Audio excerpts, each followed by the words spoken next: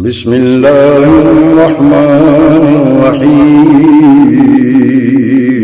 شروع اللہ کے نام سے جو بڑا مہربان نہایت رحم والا ہے۔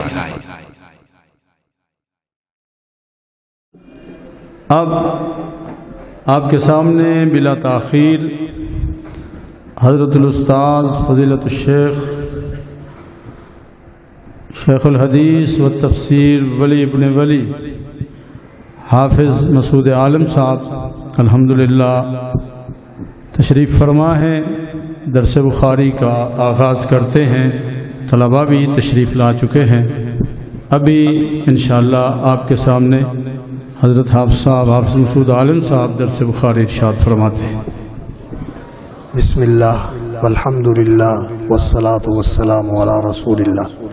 چلیے بیٹا حدیث کی قرات کریں۔ آپ کون کرے گا؟ آپ بسم اللہ۔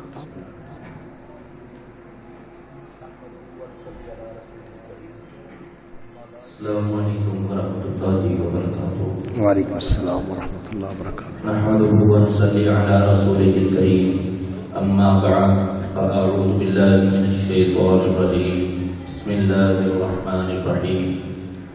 باب قول اللہ تعالی ونزع الموازین القسط لیوم القیامہ وان اعمال بنی آدم وقولهم یوزن وقال مجاہد القسطاس العدل بالرومیة ويقال القسط مصدر المقسط وهو العادل وأما القاسط فهو الجائز۔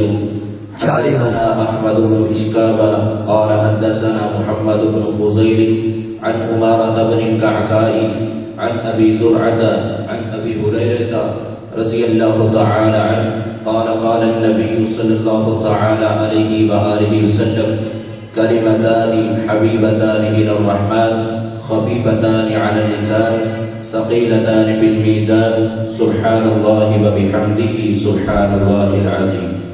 بارک اللہ فیک، احسن اللہ الیک۔ ان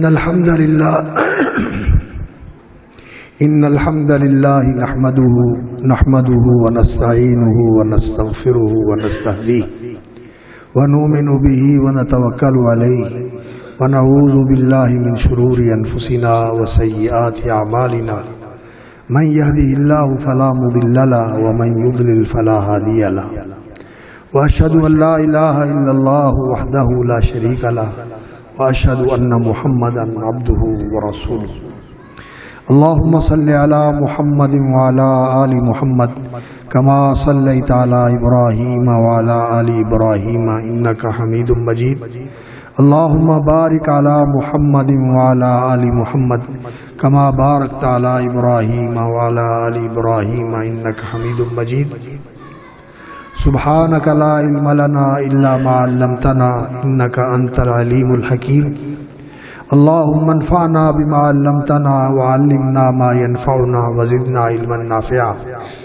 اللهم إنا نعوذ بك من علم لا ينفع ومن قلب لا يخشع ومن نفس لا تشبع ومن دعاء لا يسمع ومن عمل لا يرفع۔ اما بعد فإن خير الحديث كتاب الله وخير الهدي هدي محمد صلى الله عليه وسلم وشر الأمور محدثاتها وكل محدثة بدعة وكل بدعة ضلالة وكل ضلالة في النار۔ وبالسند المتصل منا إلى الإمام الهمام سيد الفقهاء أمير المؤمنين في الحديث فقيه الأمة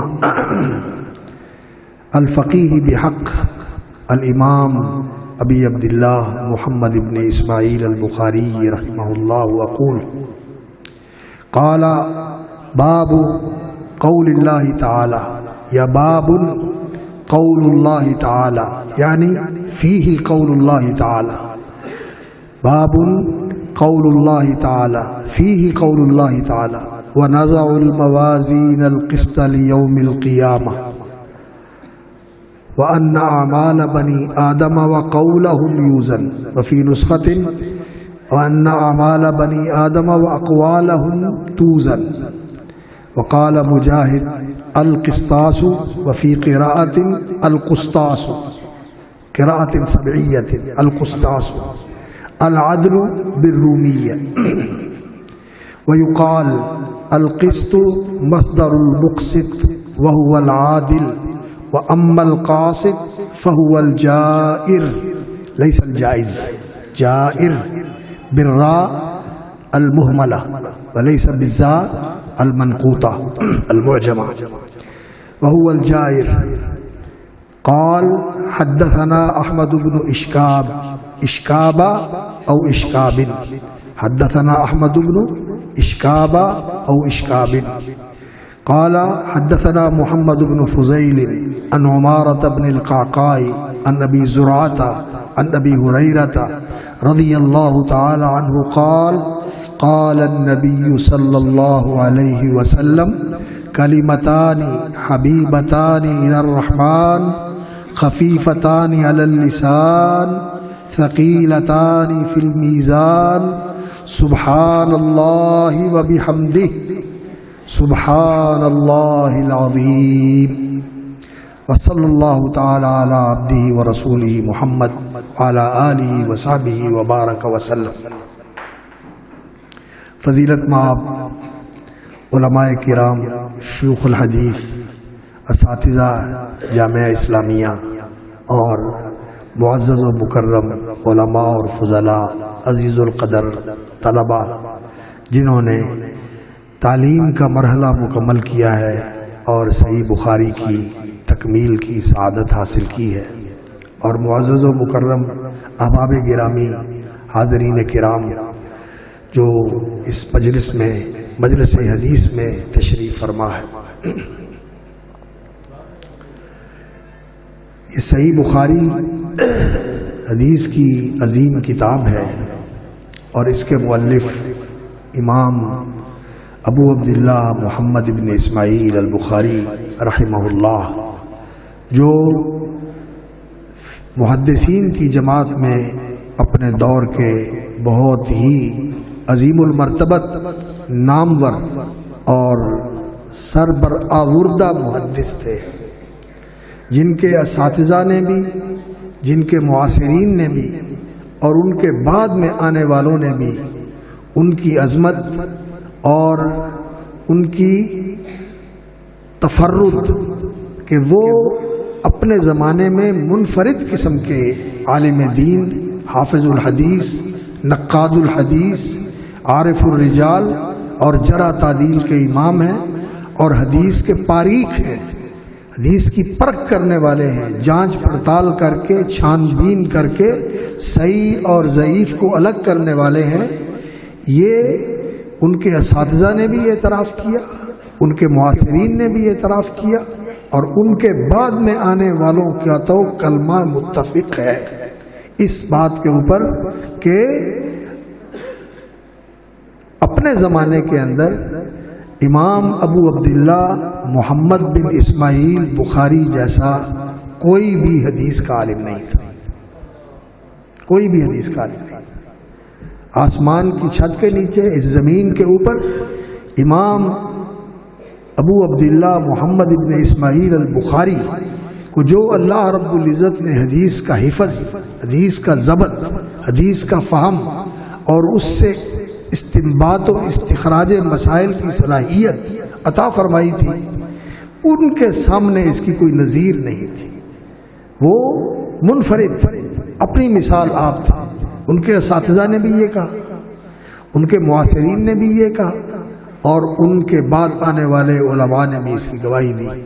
اور اس بات کی دلیل اور اس کی تصدیق کرنے کے لیے یہ کتاب جو الجامع الصحیح یا الجامع المسند الصحیح المختصر من حدیث رسول اللہ صلی اللہ علیہ وسلم و سننہ و ایامہ، اور دوسری طرح بھی اس نام کو علامہ ابن الصلاح رحمۃ اللہ علیہ نے ذکر کیا ہے، الجامع الصحیح المسند المختصر من امور رسول اللہ صلی اللہ علیہ وسلم و سننہ و ایامہ.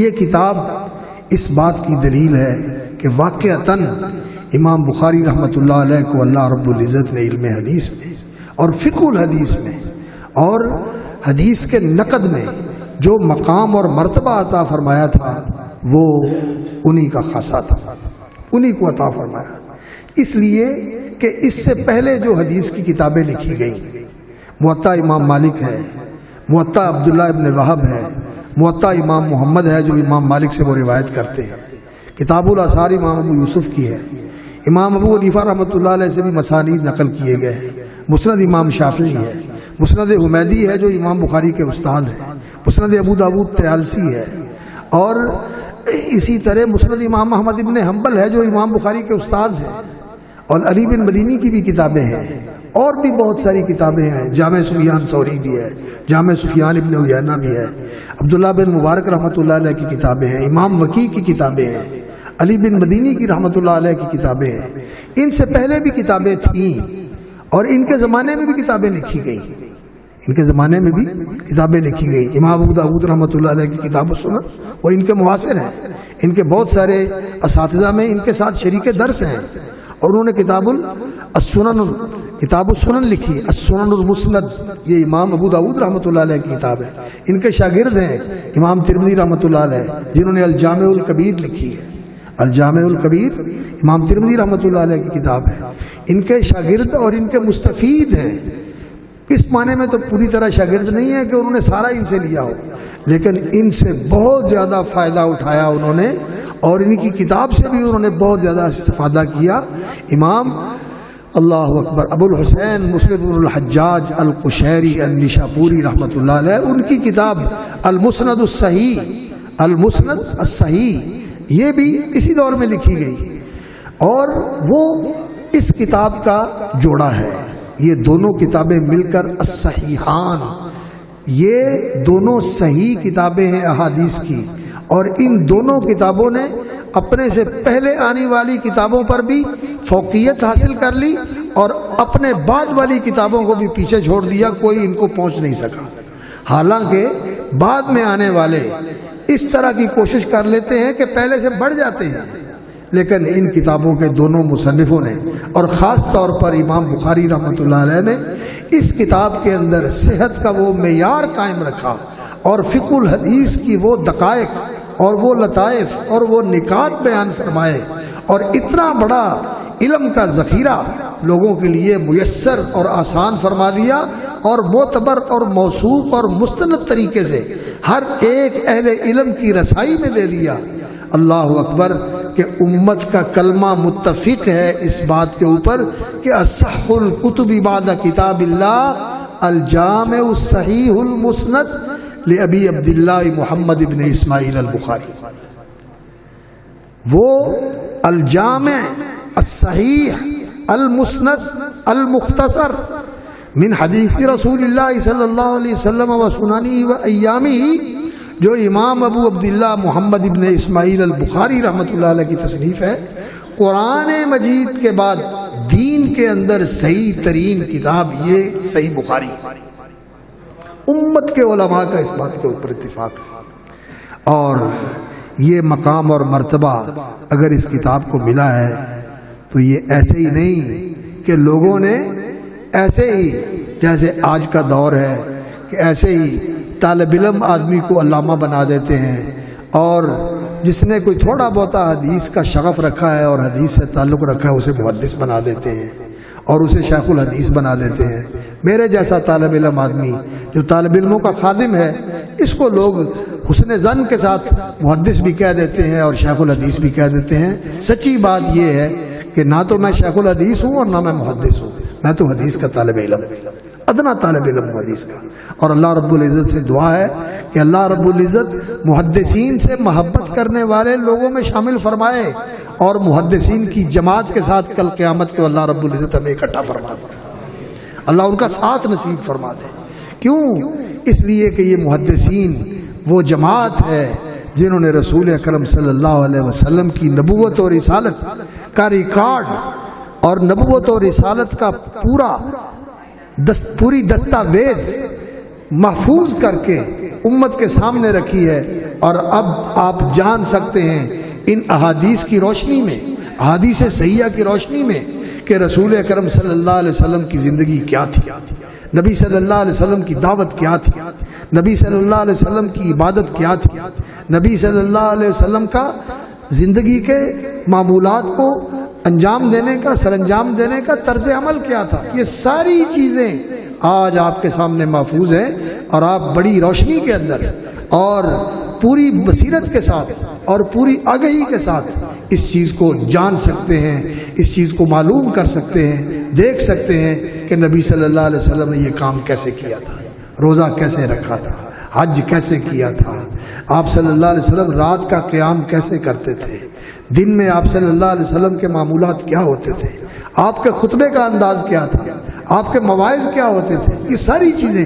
حدیث کے اندر محفوظ ہیں، اور یہی رسول اکرم صلی اللہ علیہ وسلم کی نبوت اور رسالت کا پورا ریکارڈ ہے.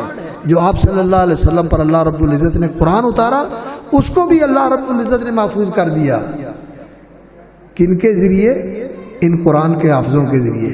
قاری صاحب کی آپ تلاوت سن رہے تھے، ان سے پہلے کیا نام تھا قاری صاحب کا؟ قاری کاشف صاحب. آنکھوں سے معذور تھے، لیکن دل کی اللہ نے آنکھیں دی ہیں، قرآن مجید کے حافظ ہیں. بیٹھ جائیں تو الف لام میم سے شروع کریں گے، آخر تک قرآن ایک مجلس میں ختم کر دیں گے. ایسے قرآن کے حافظ، ان کے ذریعے اللہ رب العزت نے قرآن کی حفاظت فرمائی. باقی قرآن مجید کسی ایک جگہ پر، کسی پہاڑ کے اوپر، کسی بڑی چٹان کے اوپر سارا لکھا ہوا موجود ہو کہ وہاں سے لوگ نقل کر کے فوٹو اتار کے یا اس کو دیکھ دیکھ کے نقل کر لیں، ایسے بھی قرآن محفوظ ہوا. قرآن مجید اللہ نے محفوظ کیا تو کیسے؟ بل ہوا آیات بینات فی صدور الذین اوتوا العلم. اہل علم کے سینوں میں اللہ رب العزت نے قرآن کو محفوظ کیا. رسول اکرم صلی اللہ علیہ وسلم لکھنا بھی نہیں جانتے تھے، پڑھنا بھی نہیں جانتے تھے. ولا تخطه بیمینک وما كنت تتلو من قبله من کتاب ولا تخطه بیمینک. میرے نبی آپ نہ پہلے پڑھ سکتے تھے نہ لکھ سکتے تھے. ہم نے آپ پر یہ قرآن اتارا اور آپ کو پڑھایا، اور ایسا پڑھایا سنقرئک فلا تنسیٰ کہ آپ بھولیں گے نہیں. نبی صلی اللہ علیہ وسلم کے ان علینا جمعہ و قرآنہ، آپ کے سینے میں اس قرآن کو محفوظ کر دینا، اور پھر آپ کی زبان پہ اس کو اسی طرح جاری کر دینا جیسے اللہ نے پڑھا ہے. فَإِذَا قَرَأْنَاهُ فَاتَّبِعْ قُرْآنَهُ. جیسے اللہ نے پڑھا ویسے جبریل نے سنا، اور آگے نبی صلی اللہ علیہ وسلم کو ویسے ہی سنایا جیسے اللہ سے سن کے آئے. اور اللہ نے جبریل کے پڑھنے کو اپنا پڑھنا قرار دیا، کیونکہ وہ بالکل ویسے ہی تھا جیسے اللہ رب العزت نے پڑھا تھا، ایسے ہی پڑھا تھا. اللہ نے تلاوت کی نسبت بھی اپنی طرف فرمائی، تلک آیات اللہ نتلوها علیک بالحق. اور قرات کی نسبت بھی اپنی طرف فرمائی، فَإِذَا قَرَأْنَاهُ. جب ہم اس کو پڑھیں اور جبریل کے ذریعے ہماری قرات آپ تک پہنچے، فَاتَّبِعْ قُرْآنَهُ، تو پھر اسی قرات اور اسی قرآن کی آپ پیروی کریں اور اسی کے مطابق پڑھیں. اور نبی صلی اللہ علیہ وسلم اسی طرح پڑھتے تھے اور اسی طرح پڑھاتے تھے، اور جن کو پڑھاتے تھے ان کے بارے میں بھی یہ گواہی دی. عبداللہ ابن مسعود رضی اللہ تعالی عنہ نبی صلی اللہ علیہ وسلم سے قرآن پڑھنے والے وہ خوش نصیب صحابی ہیں. فرماتے ہیں کہ 70 صورتیں ہیں قرآن مجید کی ایسی جو وہی نازل ہوئی اور آپ صلی اللہ علیہ وسلم کے سینے میں وہ قرآن محفوظ ہو گیا اور آپ کی زبان اقدس پہ جاری ہوا. اور سب سے پہلا شاگرد جس نے رسول اللہ صلی اللہ علیہ وسلم سے وہ سورت سنی وہ عبداللہ بن مسعود تھا. 70 صورتیں ایسی ہیں، اور نبی صلی اللہ علیہ وسلم نے ان کے بارے میں فرمایا، آپ صلی اللہ علیہ وسلم نے فرمایا کہ جو چاہتا ہے کہ قرآن اس طرح پڑھے جس طرح اللہ نے اتارا ہے تو وہ اس طرح پڑھے جیسے عبداللہ بن مسعود پڑھتے، جیسے عبداللہ بن مسعود پڑھتے. تو صحابہ ایسے ہی پڑھتے، جیسے جبریل نے پڑھا ویسے نبی صلی اللہ علیہ وسلم نے پڑھا، اور جیسے نبی صلی اللہ علیہ وسلم نے پڑھا صحابہ ویسے پڑھتے تھے. اور آج تک یہ قرآن اسی طرح پڑھا جا رہا ہے. قرآن محفوظ ہے، اور قرآن کے ساتھ اللہ رب العزت نے یہ بھی ذمہ داری لی کہ ثم ان علینا بیانا، پھر قرآن کا بیان بھی ہماری ذمہ داری ہے، ہم اس کو بیان کریں گے. اور نبی صلی اللہ علیہ وسلم کو فرمایا وَأَنزَلْنَا إِلَيْكَ الذِّكْرَ لِتُبَيِّنَ لِلنَّاسِ مَا نُزِّلَ إِلَيْهِمْ وَلَعَلَّهُمْ يَتَفَكَّرُونَ. سورۃ النحل ہے 14واں سپارہ، کہ ہم نے آپ پر یہ ذکر قرآن اتارا لِتُبَيِّنَ لِلنَّاسِ مَا نُزِّلَ إِلَيْهِمْ، جو لوگوں پر اتارا گیا ہے آپ اس کو بیان کر دیں۔ بیان کا معنی ہوتا ہے کھول دینا، واضح کر دینا، آشکار کر دینا، کسی چیز کو اجاگر کر دینا، کسی چیز کو بالکل اس طرح کھول کر بیان کر دینا کہ اس میں کوئی ابہام اور التباس اور کسی قسم کی کوئی شک و شبے والی بات نہ رہے، ہر چیز روشن ہو۔ تو اللہ نے اس کا بیان بھی اپنے ذمہ لیا اور نبی صلی اللہ علیہ وسلم کے اوپر یہ بیان بھی اتارا، اور اس کا نام اللہ نے قرآن میں کیا رکھا؟ الحکمہ۔ وَأَنزَلَ اللَّهُ عَلَيْكَ الْكِتَابَ وَالْحِکمَہ، اللہ نے اس کا نام حکمت رکھا۔ اور حکمت کا معنی ہم لوگ عام طور پر کیا کرتے ہیں؟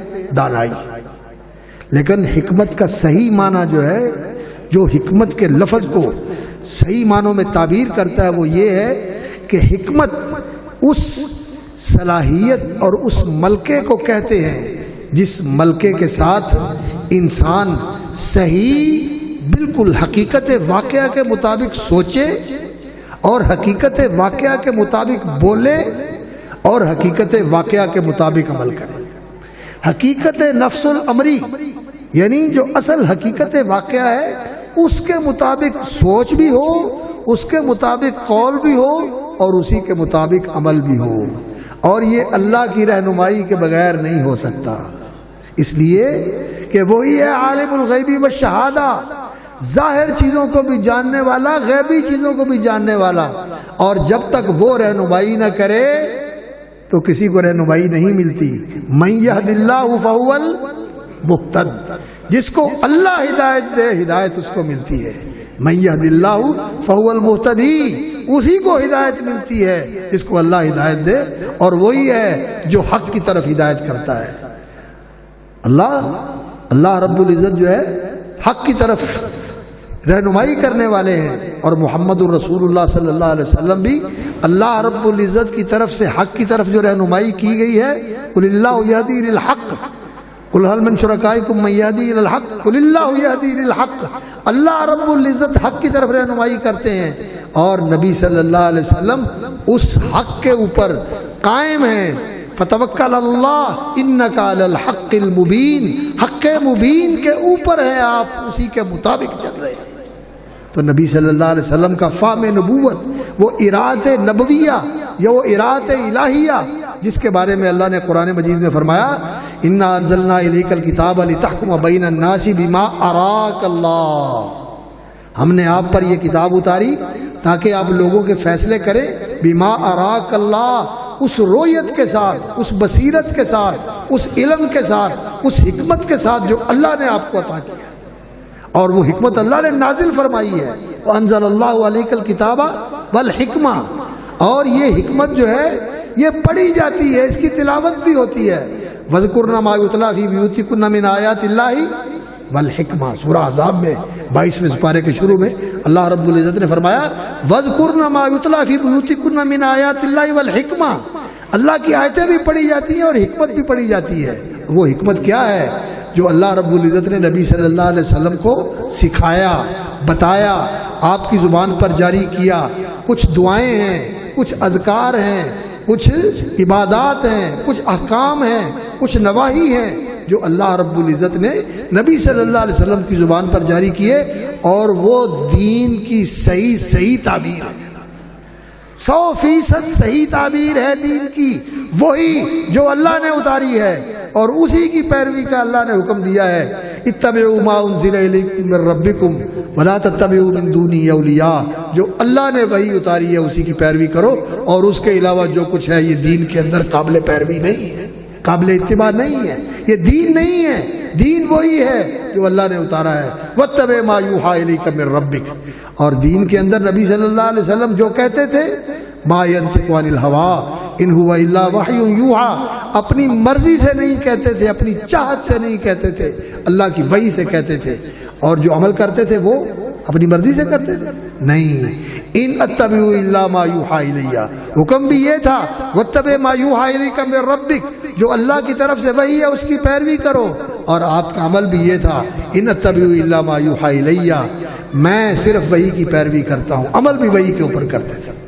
تو یہ حکمت یعنی صحیح فکر، صحیح فیصلے کی قوت، اللہ کی ارادت سے اللہ کی بخشی ہوئی بصیرت سے، اللہ رب العزت کی بخشی ہوئی علمی صلاحیت سے صحیح سوچنا، صحیح فیصلہ کرنا، صحیح بات کرنا، صحیح عمل کرنا، یہ رسول اکرم صلی اللہ علیہ وسلم کا مقام تھا، اور اسی کو اللہ رب العزت نے اللہ اکبر عصمت قرار دیا ہے کہ یہ پیغمبر معصوم ہے۔ انک لمن المرسلین علی صراط مستقیم، اے میرے نبی تو اللہ کا رسول ہے اور آپ صراط مستقیم کے اوپر گامزن ہیں، صراط مستقیم کے اوپر کھڑے ہیں، صراط مستقیم کے اوپر چل رہے ہیں۔ وَإِنَّكَ لَتَهْدِي إِلَىٰ صِرَاطٍ مُسْتَقِيمٍ صِرَاطِ اللَّهِ الَّذِي لَهُ مَا فِي السَّمَاوَاتِ وَمَا فِي الْأَرْضِ، اور آپ رہنمائی بھی صراط مستقیم کی طرف کرنے والے ہیں۔ تو رسول اکرم صلی اللہ علیہ وسلم پر جو حکمت، اور اسی کو سنت کہا جاتا ہے اور اسی کو حدیث کہا جاتا ہے۔ جب نبی صلی اللہ علیہ وسلم کی یہ بات سنائی جاتی ہے، بتائی جاتی ہے، نقل کی جاتی ہے تو یہ حدیث ہے، اور جب اس پر عمل کیا جاتا ہے تو وہ سنت ہے۔ اور سنت بھی جب نقل کی جائے گی تو وہ کیسے نقل کی جائے گی؟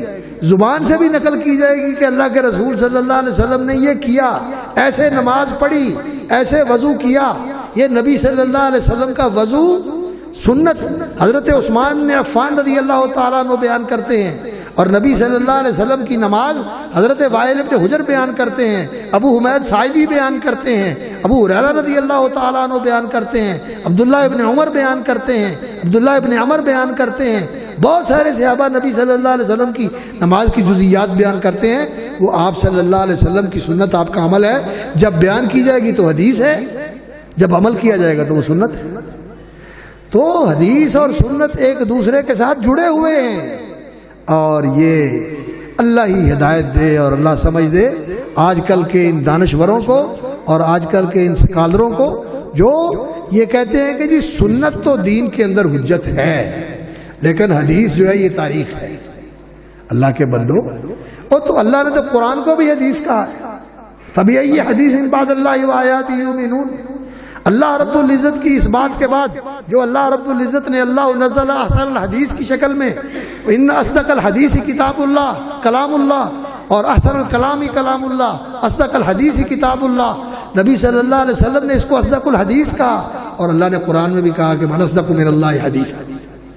قرآن یہ بھی حدیث ہے، اور اس کو بھی اللہ رب العزت نے حدیث قرار دیا ہے۔ ابھی یہ حدیث بعدہ یؤمنون، اس حدیث کے بعد، قرآن کے بعد کس حدیث پر وہ ایمان لائیں گے؟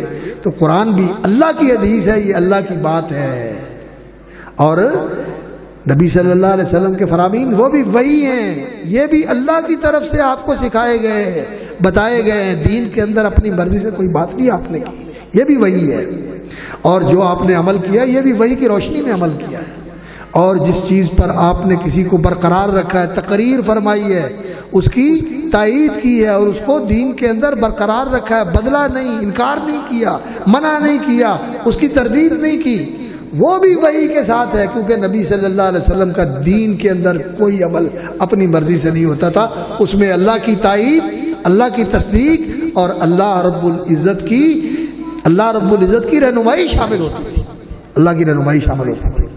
اور یہ ساری چیزیں حدیث ہیں اور یہ سنت ہیں، اور امام بخاری رحمۃ اللہ علیہ نے اس کتاب کا نام الجامع رکھا، الجامع الصحیح۔ جامع کا معنی ہے دین کی تمام ضروریات کو اپنے اندر سمیٹنے اور سمونے والی، جتنی دین کے معاملے میں ضرورت ہے وہ قرآن و سنت میں بیان کر دی گئی ہے، قرآن و سنت میں بیان کر دی گئی ہے۔ اور اس کتاب کے اندر امام بخاری رحمۃ اللہ علیہ نے الجامع سب کو اکٹھا کر دیا ہے، اور کمال کی بات یہ ہے کہ قرآن مجید وہ کتاب ہے جس کے اندر اللہ رب العزت نے پہلی ساری آسمانی کتابوں کی جو وحی تھی اور انسانیت کے لیے اس کی ضرورت تھی، قیامت تک آنے والی انسانیت کے لیے، دین کی رہنمائی کے لیے جس وحی کی ضرورت تھی، اللہ رب العزت نے اسے مکمل اور مفصل اور آسان شکل میں قرآن مجید کے اندر اللہ رب العزت نے محفوظ کر دیا۔ اور قرآن کے بارے میں کیا کہا؟ وَنَزَّلْنَا عَلَيْكَ الْكِتَابَ تِبْيَانًا لِكُلِّ شَيْءٍ وَهُدًى وَرَحْمَةً وَبُشْرَىٰ لِلْمُسْلِمِينَ، سورۃ النحل 14واں سپارہ، کہ ہم نے آپ پر یہ قرآن اتارا تِبْيَانًا لِكُلِّ شَيْءٍ، ہر چیز کی وضاحت کرنے والا۔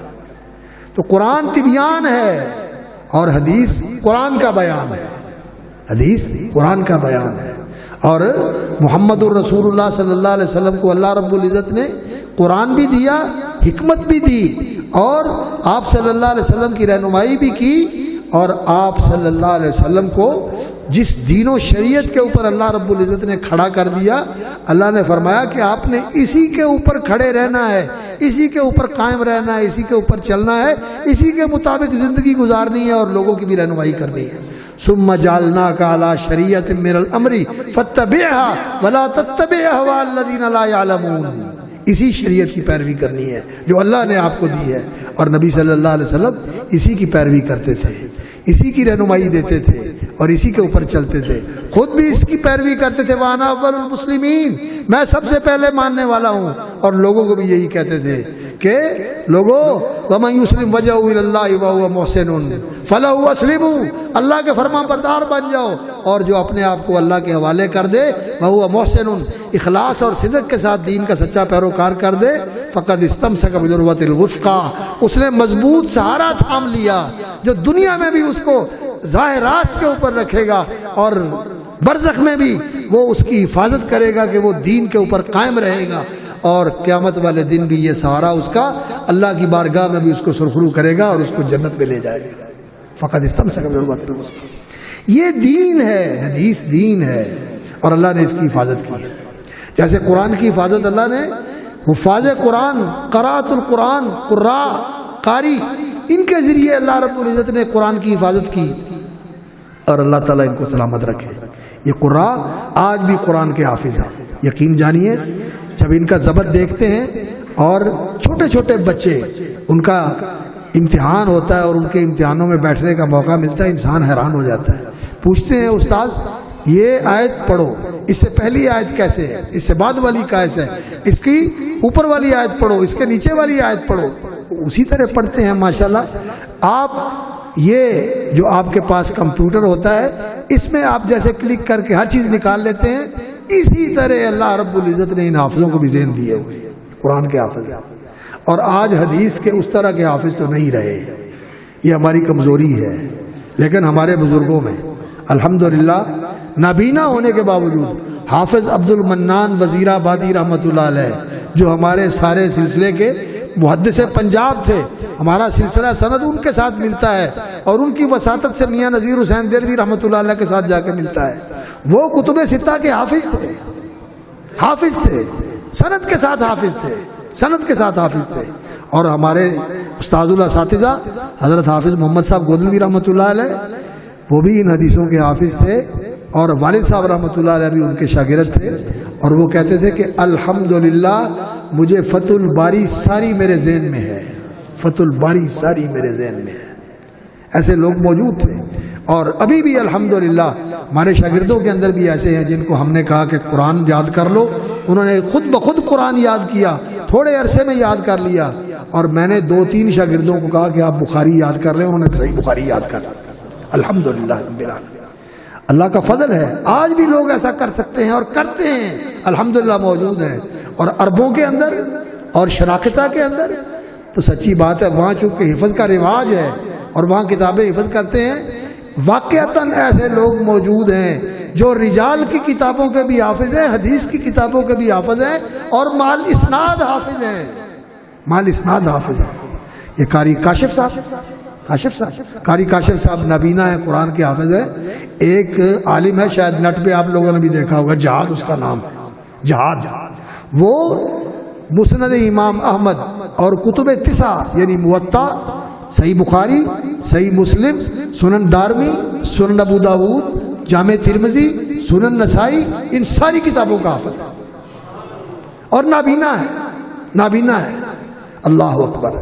تو یہ حدیث کا حفظ آج بھی موجود ہے، اور جو لوگ حدیث کا شوق رکھنے والے ہیں الحمدللہ وہ حدیثیں یاد کرتے ہیں، حدیثیں یاد کرتے ہیں۔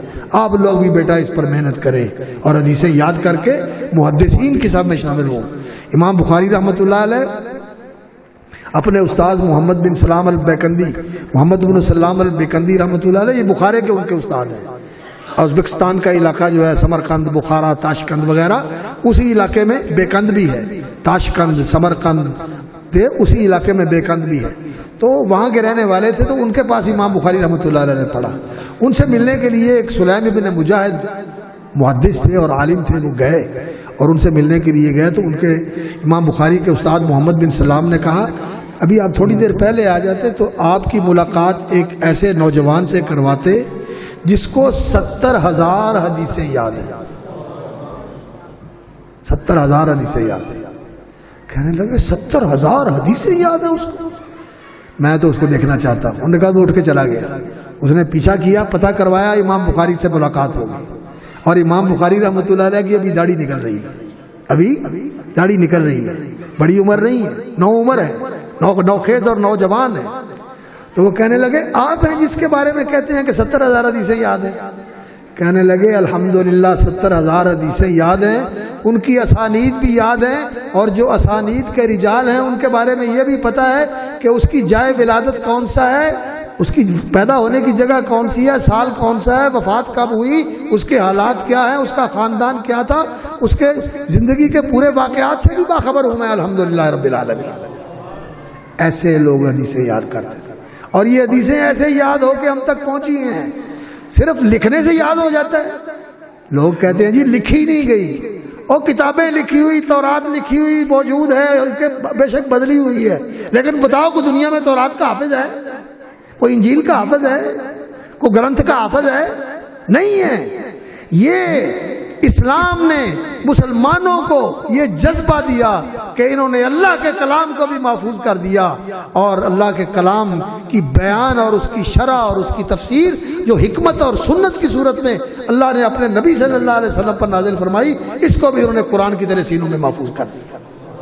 یہ امت مسلمہ کا امتیاز ہے، یہ امت مسلمہ کا امتیاز اور اس کی خصوصیت ہے، یہ اس کا اختصاص ہے، پوری دنیا کے اندر اس کی مثال نہیں ملتی۔ لوگ یاد کرتے ہیں چیزیں، لیکن مسلمانوں میں جتنی کتابیں یاد کرنے والے لوگ ہیں انسان حیران ہو جاتا ہے۔ ادب کی کتابیں، شعر کی کتابیں، اور اللہ نے حافظہ ان کو ایسا دیا ہوا تھا۔ حضرت عبداللہ ابن عباس رضی اللہ تعالیٰ عنہ کہتے ہیں کہ 100 شعر کا قصیدہ، قرآن تو یاد ہی تھا، حدیثیں تو یاد ہی تھیں، کہتے ہیں 100 شعر کا قصیدہ میں شاعر کی زبان سے سنوں اور میں اسی وقت اس کو دوہرا سکتا ہوں، ایک شعر بھی آگا پیچھے نہیں ہوگا۔ اللہ نے ان کو ایسے حافظ دیے، کیوں؟ اس لیے کہ اللہ نے ان سے دین کی حفاظت کا کام لینا تھا، اللہ نے ان سے دین کی حفاظت کا کام لینا تھا۔ انہوں نے نبی صلی اللہ علیہ وسلم کے الفاظ سنے اور انہیں محفوظ کر لیا، سینے میں بھی محفوظ کر لیا اور عمل میں بھی محفوظ کر لیا۔ جو دیکھا اس کو اپنی زندگی کا حصہ بنا لیا، قول میں بھی محفوظ کر لیا اور عمل میں بھی محفوظ کر لیا، اور پھر اس کو ایسے ہی قول میں بھی آگے نقل کیا جیسے اللہ کے رسول نے فرمایا تھا۔ اللہ اکبر۔ ابھی کل کی بات ہے، میں مطالعہ کر رہا تھا نبی صلی اللہ علیہ وسلم کی سفر کا، جب تبوک کا سفر کیا آپ صلی اللہ علیہ وسلم نے، تو آپ صلی اللہ علیہ وسلم کے تبوک کے سفر کے بارے میں حضرت ابو قتادہ رضی اللہ تعالیٰ عنہ آپ کے ساتھ تھے، اور نبی صلی اللہ علیہ وسلم پیچھے رہ گئے، قافلے والے آگے نکل گئے۔ بہت بڑا لشکر تھا، بہت ہزاروں کا لشکر تھا، 30,000 تعداد بتاتے ہیں سیر کے علماء، 30,000 کا لشکر تھا۔ اللہ کے رسول پیچھے رہ گئے، قافلے والے آگے نکل گئے، لیکن اللہ کے رسول صلی اللہ علیہ وسلم چونکہ لمبا سفر تھا، 900,000 میل کا سفر تھا مدینے سے تبوک کا، اور گرمی کا موسم تھا، صحرا کا سفر تھا، تو آپ صلی اللہ علیہ وسلم تھکے ہوئے تھے۔ حضرت ابو قتادہ کہتے ہیں کہ میں نبی صلی اللہ علیہ وسلم کے ساتھ کہ آپ صلی اللہ علیہ وسلم کی حفاظت کروں اور آپ کی دیکھ بھال کروں کہ آپ صلی اللہ علیہ وسلم کہیں گر نہ جائیں، نیند آئے گر نہ جائیں۔ تو کہتے ہیں ایک دفعہ نبی صلی اللہ علیہ وسلم کو نیند آئی، آپ کو اونگ آئی اور آپ ایسے جھک گئے، میں قریب آ کے جگانے کے بغیر آپ کو سہارا دے کے سیدھا کر دیا، اور میں پھر آپ کے ساتھ ہی چلتا رہا۔ اگلی دفعہ نبی صلی اللہ علیہ وسلم کو نیند آئی، پھر آپ صلی اللہ علیہ وسلم ایسے ہی جھکے، پہلے سے زیادہ جھک گئے، پھر میں نے سہارا دیا اور آپ کو سیدھا کر دیا، اور تیسری دفعہ بھی ایسا ہی ہوا۔ پھر تو کہہ رہا ایسی صورت تھی کہ شاید اللہ کے رسول صلی اللہ علیہ وسلم نیچے گر جائے، میں نے آپ صلی اللہ علیہ وسلم کو سہارا دیا اور آپ اٹھ گئے، اور آپ کہنے لگے کون؟ میں نے کہا ابو قتادہ۔ کب سے میرے ساتھ ہو؟ یا رسول اللہ جب سے آپ چل رہے ہیں میں آپ کے ساتھ ہوں، میں آپ کے ساتھ ہوں۔ اللہ اکبر۔ اور نبی صلی اللہ علیہ وسلم نے آپ کے پاس چھوٹا سا ایک برتن تھا، میزا، جیسے ہمارے کروا نہیں ہوتا، یہ لوٹا ہوتا ہے جس میں پانی تھوڑا سا وضو کے لیے ہوتا ہے، فرمایا اس میں کوئی پانی ہے لاؤ، تھوڑا سا پانی تھا، آپ صلی اللہ علیہ وسلم نے وہ پانی پیا، اور آپ صلی اللہ علیہ وسلم نے فرمایا اس کی اللہ تعالیٰ نے بڑی شان بنائی ہوئی ہے، یہ کل دیکھنا اس کا رنگ اور اس کی شان، اللہ تعالیٰ اس کو کیا عظمت دیتے ہیں، یہ میرے لوٹے کو جس میں تھوڑا سا پانی ہے، اللہ اکبر۔ اور آپ صلی اللہ علیہ وسلم کو پھر پیچھے سے لشکر کو ملے اور وہاں جا کے لوگوں کو دیکھا کہ دوپہر کے وقت آپ صلی اللہ علیہ وسلم وہاں پہنچے، دوپہر کے وقت آپ وہاں پہنچے، لشکر والے سوچ رہے تھے کہ اللہ کے رسول آگے نکل گئے، حضرت ابوبکر اور حضرت عمر نے کہا کہ آگے نہیں نکلے، وہ آگے نہیں نکلتے، وہ پیچھے پیچھے چلتے ہیں، وہ پیچھے پیچھے چلتے ہیں نگہبانی کرتے ہوئے، ساتھیوں کو کمزوروں کو ساتھ لے کے چلتے ہیں، پیچھے آ رہے ہیں، اور اللہ کے رسول پیچھے سے ہی پہنچے۔ تو ایک انصاری یہ واقعہ بیان کرنے لگا، ایک انصاری واقعہ بیان کرنے لگا، اور اس واقعہ کے اندر جو شریک تھے اس وقت نبی صلی اللہ علیہ وسلم کے ساتھ تھے، صرف 9-10 آدمی نبی صلی اللہ علیہ وسلم کے ساتھ تھے، باقی سارا لشکر آگے تھا۔ تو ابی ابن کعب تھے ان میں، تو وہ کہنے لگے میاں یہ جو بیان کرنے لگے ہو ذرا دیکھ کے بیان کرنا، جو اس میں شریک تھا میں بھی ہوں۔ اس نے کہا جی میں نے جیسے سنا ہے ویسے ہی بیان کروں گا، اور اس نے ٹھیک پورا تفصیل کے ساتھ واقعہ بیان کیا، ایک چیز کی بھی کمی بیشی نہیں کی۔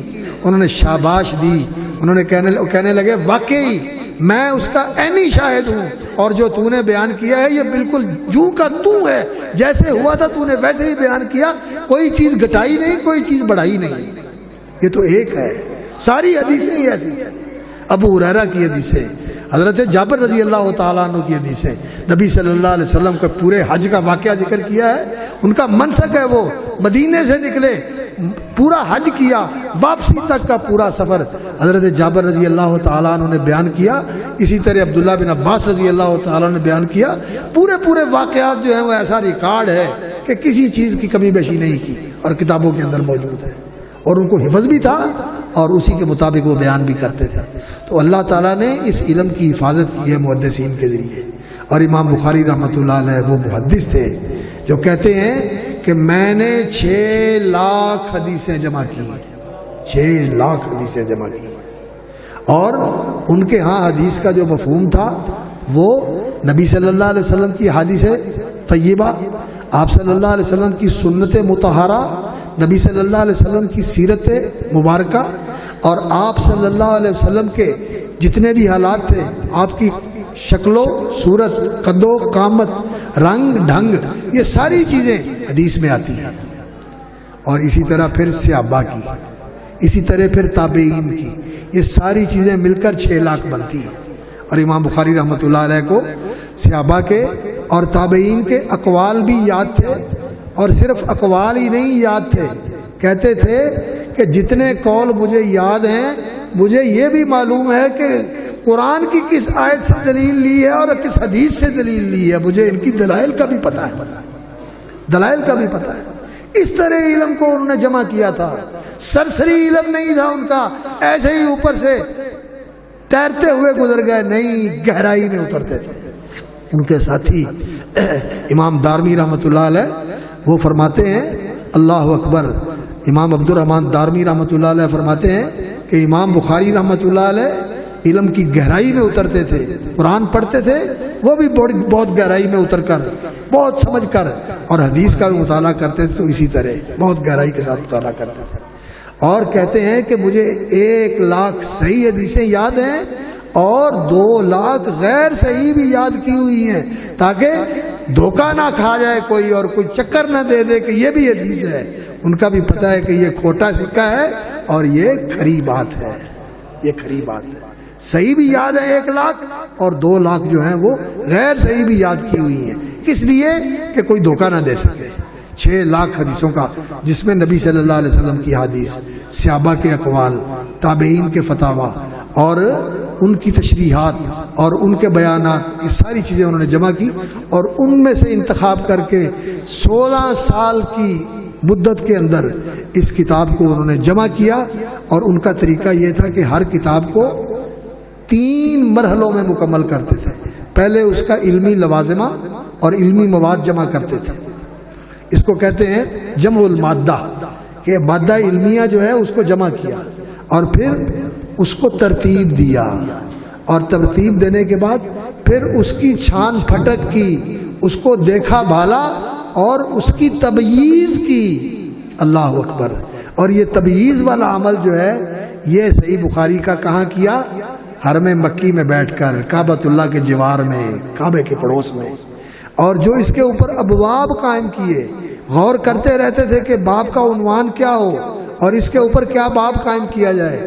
باب کے عنوان قائم کیے اور ان کی جو آخری نقل ہوئی ان کی اس کتاب کے اندر وہ ریاض الجنہ میں بیٹھ کر مسجد نبوی میں ہوئی۔ اللہ اکبر۔ اور کہتے ہیں کہ میں نے اس کتاب میں جو حدیث آخری دفعہ نقل کی ہے اس کو میں نے نقل کرنے سے پہلے غسل کیا ہے، میں نے اس سے پہلے وضو کیا ہے، میں نے اس سے پہلے استخارے کی نماز پڑھی ہے اور اللہ سے دعا کی ہے، اور جب مجھے پوری طرح یقین ہو گیا ہے کہ یہ حدیث برحق ہے، اللہ کے رسول سے ثابت ہے، تو پھر میں نے اس کو اس کتاب میں درج کیا ہے۔ اتنا اہتمام کیا امام بخاری رحمۃ اللہ علیہ، اور پھر اس اہتمام کے بعد اپنے استادوں کے سامنے پیش کر دیا۔ امام علی بن مدینی کے سامنے، یحییٰ بن معین کے سامنے، احمد بن حنبل کے سامنے، ان حضرات کے سامنے پیش کیا۔ انہوں نے بھی تصدیق اور تائید کی۔ چند جگہوں پر انہوں نے ملاحظہ اظہار کیا کہ اس پہ فیہ ملاحظہ یا فیہ نظر، اس میں دوبارہ نظر ثانی کی ضرورت ہے، لیکن امام احمد بن عدی العقیلی رحمۃ اللہ علیہ اپنی کتاب، بڑے نقاد ہیں، بڑے سخت قسم کے سخت گیر نقاد ہیں، وہ کہتے ہیں کہ وہاں بھی امام بخاری کا موقف صحیح ہے۔ ان کے استادوں کا جو یہ کہنا ہے کہ اس پہ نظر ثانی کی ضرورت ہے، ان کی بات اتنی معتبر نہیں ہے، امام بخاری کی بات معتبر ہے۔ تو امام بخاری رحمۃ اللہ علیہ نے یہ کتاب لکھی، اور اس کے اندر انہوں نے بعض نسخوں کے مطابق 93 اور بعض نسخوں کے مطابق 97 اور بعض نسخوں کے مطابق 100 کتابیں جمع کی۔ کتاب بدء الوحی، کتاب الایمان، کتاب العلم، کتاب الوضو، کتاب الغسل، کتاب الحیض، کتاب التیمم، کتاب الاذان، کتاب المواقیت، اس طرح جمع کرتے کرتے آخر میں پہنچتے ہیں اللہ اکبر کتاب اخبار الاحاد، کتاب الاعتصام بالکتاب والسنہ، اور کتاب الاحکام، کتاب الاعتصام بالکتاب والسنہ، اور پھر کتاب التوحید والرد علی الجہمیہ والقدریہ، یہ کتاب، اور اس پر پھر کتاب ختم کرتے ہیں۔ 100 کے قریب کتابیں ہیں، اور 3800 ابواب ہیں اس کتاب کے اندر، 3800 ابواب ہیں، 3800 ابواب قائم کیے ہوئے ہیں، اور حدیثیں جو ہیں اس کی اللہ اکبر عام تعداد جو ہے وہ ہماری کتنی ہے؟ 7265 میرا خیال ہے، 7265 یہ تعداد ہے جو عام لکھی ہوئی ہے، یہ ساری تعداد ہے احادیث کی، لیکن جو اس میں غیر مقرر احادیث ہیں وہ تقریباً 2500 ہے، وہ تقریباً 2500 ہے۔ تو امام بخاری رحمۃ اللہ علیہ حدیثوں کو تکرار کے ساتھ لے کے آتے ہیں، اس لیے کہ ان سے مسائل کا استنباط کرنا ہوتا ہے۔ اور میں نے ایک دفعہ اس کا اہتمام کیا کہ موطا امام مالک کو بھی سامنے رکھا، کتاب العلم کو بھی سامنے رکھا، کتاب الاشار امام شافعی امام ابو یوسف رحمۃ اللہ علیہ کو بھی سامنے رکھا، اور اسی طرح موطا امام محمد کو بھی سامنے رکھا، اور بھی جو دوسری کتابیں ہیں امام محمد رحمۃ اللہ علیہ کی، الجامع الصغیر، الجامع الکبیر، السیر الکبیر، السیر الصغیر، الزیادات، ان ساری کتابوں کو سامنے رکھ کر میں نے ان کی کتابوں کا بھی جائزہ لیا اور ان کے ابواب کا بھی جائزہ لیا۔ تو یقین جانیے کہ یہ ساری کتابیں جو تھیں 50 تک نہیں پہنچتی، 50 تک نہیں پہنچتی، اور امام بخاری کی کتاب میں 100 کتابیں ہیں، اور جو ابواب ہیں ان کے اندر یہ سارے کو سینکڑوں تک پہنچتے ہیں، اور امام بخاری کے ابواب جو ہیں وہ 3800 تک پہنچتے ہیں۔ اور آپ اس بات کا اہتمام کریں، مسائل کو جاننے کے لیے فقہ کی کتاب کی طرف بھی رجوع کر کے دیکھ لیں، اور پھر صحیح بخاری کی طرف رجوع کریں، صحیح بخاری کے اندر آپ کو مکمل رہنمائی ملے گی۔ اس لیے کہ امام بخاری رحمۃ اللہ علیہ کو پوچھا گیا کہ کیا زندگی میں جتنے دین کے مسائل انسان کو درپیش ہو سکتے ہیں اور انسان ان سے دوچار ہو سکتا ہے، ان کے بارے میں شریعت کے اندر، قرآن اور حدیث کے اندر رہنمائی موجود ہے؟ تو امام بخاری رحمۃ اللہ علیہ نے فرمایا کہ اللہ رب العزت نے قرآن و سنت میں قیامت تک آنے والے تمام حالات کے لیے انسانوں کی رہنمائی کا سامان رکھ دیا ہے، اور وہ رہنمائی ہدایت اور ان مسائل کا حل قرآن و سنت میں موجود ہے۔ اور شاگرد نے پوچھا کیا جانا بھی جا سکتا ہے؟ کہنے لگے الحمدللہ جانا بھی جا سکتا ہے، جانا بھی جا سکتا ہے۔ ہاں ایک بات ضرور ہے کہ لوگ آج کہتے ہیں جی اس مسئلے کا شریعت میں حل نہیں ہے، لیکن لوگ حل کیسا چاہتے ہیں؟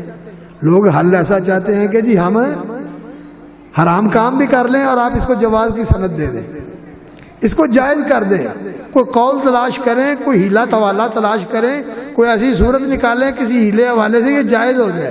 بھائی دین حویلوں کا نام نہیں ہے، دین تو اتباع کا نام ہے، دین تو نام ہے یا ایھا الذین آمنوا لا تقدموا بین یدی اللہ ورسولہ، اللہ اور اس کے رسول سے آگے بھی نہیں بڑھنا، دائیں بھی نہیں جانا، بائیں بھی نہیں جانا۔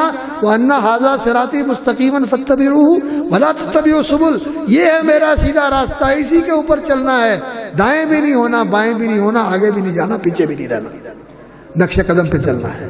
جیسا کہ امام بخاری رحمۃ اللہ علیہ کا رویہ تھا، ایک محدث نے امام بخاری رحمۃ اللہ علیہ کو خواب میں دیکھا، وہ کہتا ہے کہ میں نے دیکھا ایک راستہ ہے جس پر کے اللہ کے رسول گزر کے گئے ہیں، اور اس کے پیچھے میں دیکھتا ہوں کہ ابو عبداللہ محمد بن اسماعیل بخاری آ رہے ہیں، اور ان کا قدم وہیں لگتا ہے جہاں اللہ کے رسول کا قدم ہے، اللہ کے رسول کے قدموں پہ قدم رکھتے ہوئے اسی راستے پہ چلے جا رہے ہیں۔ اللہ کہے دیتی ہے شوخی نقش پاکی، ابھی اس راہ سے کوئی گیا۔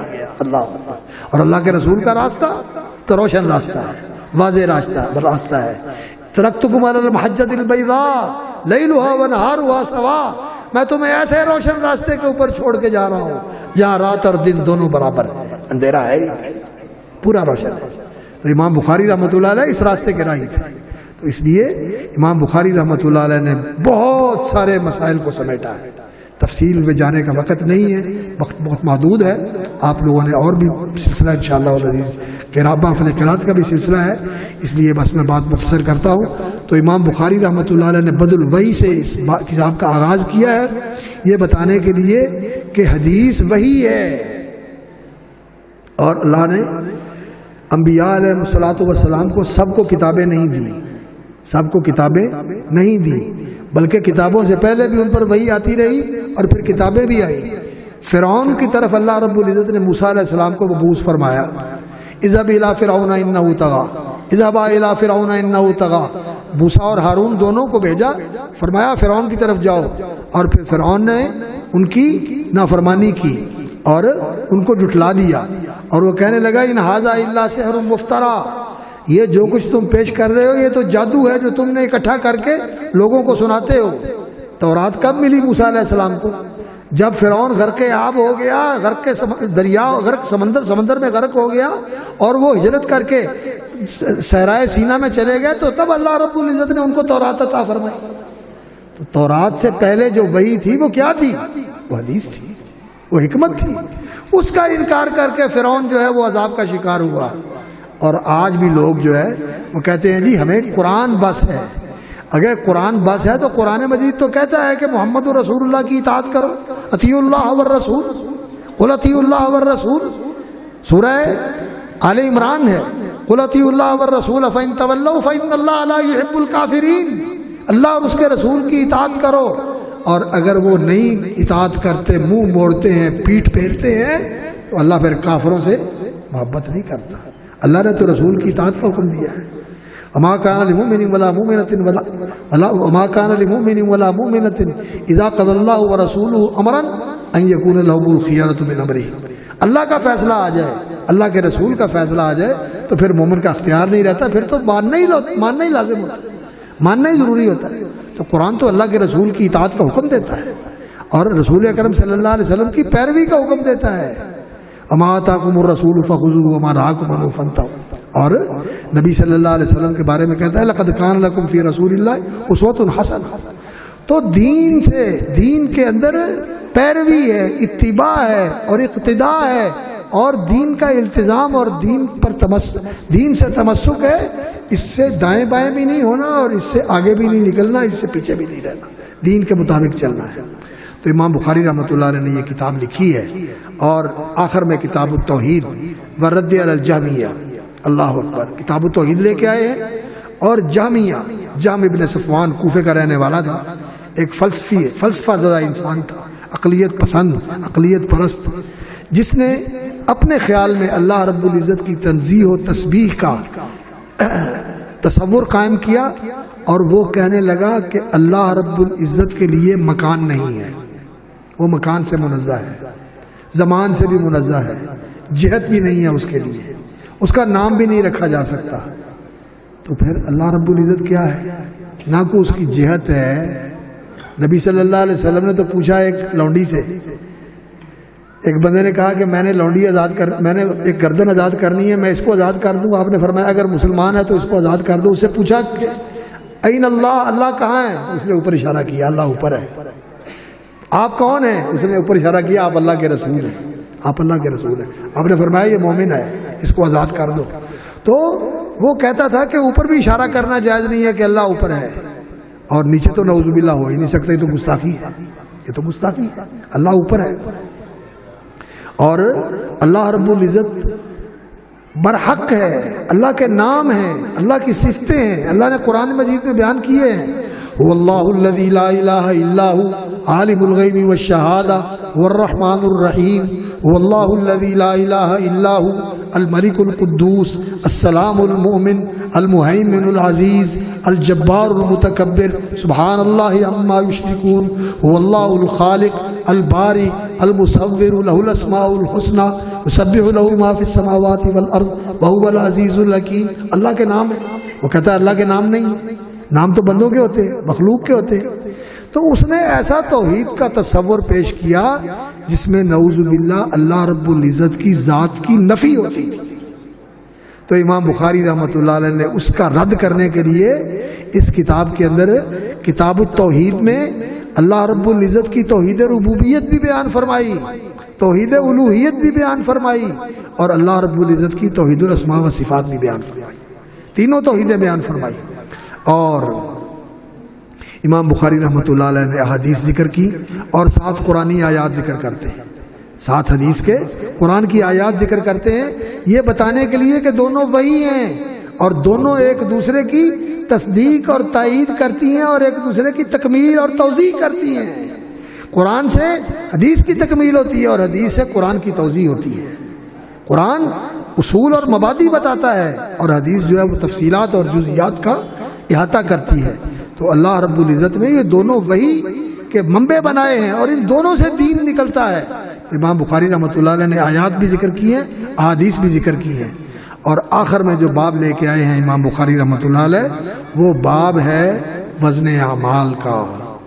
امام بخاری رحمۃ اللہ علیہ بڑے نکتہ ور تھے، بڑے نکتہ رس تھے، نکتہ ور تھے، نکتہ رس تھے، یعنی نکتوں تک پہنچنے والے تھے اور نکتے بیان کرنے والے تھے۔ نکتہ کیا ہوتا ہے؟